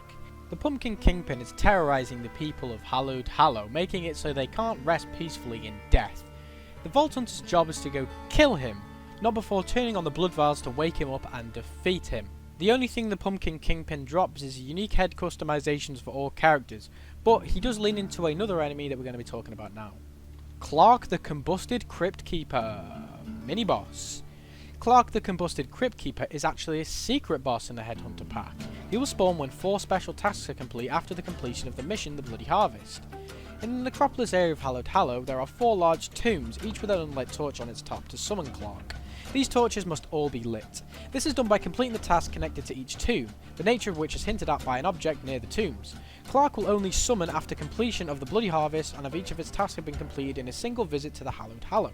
Clark has a chance to drop the legendary rocket launcher, Pyrophobia. Just a little personal story about this. Not many people really know about him because obviously he's a secret boss and many people didn't really bother with the DLC after they completed it and they didn't want to do secret stuff. This was actually the last video I saw Yote Slayer upload before he died. So I have a personal connection to hearing about him and just hearing his name one more time. So yeah, RIP Yote Slayer. Right, sorry about that, I kind of did a mood killer there, so we'll move on to something a bit more light-hearted. The Wattle Gobbler, main boss. The Ravenous Wattle Gobbler is the main boss in the horrible hunger of the Ravenous Wattle Gobbler Headhunter pack. It is a gigantic turkey-like creature, genetically engineered to monstrous proportions and hungry for human flesh. The Wattle Gobbler was created by the Torgues Corporation as part of an elaborate publicity stunt, in which the beast was designed to be literally unkillable by anyone save for Mr. Torgue, promoting their weapons in the process. Many dozens of gladiators would try and fail to destroy it until Mr. Torgue, who wants to eat it, hatched a plan to have it killed in a staged manner. When the Vault Hunters arrive at the site of the Twisted Games, Mr. Torgue instructs them to create a poison that will render the turkey vulnerable, against the orders of superiors. The Wattle Gobbler eventually does take the bait and is killed, and Torgue gets to eat it. I wanna eat it! Yeah, if you didn't really know, this is a Easter egg DLC to The Hunger Games, which came out the same year, well, the movie anyway. Colin Zafford and Bridget Hodunk, main bosses. The story of the Mad Moxie and the Wedding Day Massacre DLC revisits the Hodunk-Zafford feud. A Goliath from each family, this being Colin and Bridget, will be married in order to bring peace to the 2 families. However, things are not off to a good start, and the couple are at each other's throats. The Vault Hunters are taxed by Moxie to gather ingredients for a love potion to ensure that nothing goes wrong. Cough cough, cough cough, everything goes wrong, they all blame the Vault Hunter, and you have to kill them both. Lastly, we have, probably the best from any Headhunter DLC, the Invincible, Son of Crawmerax, the Invincible. Raid Boss.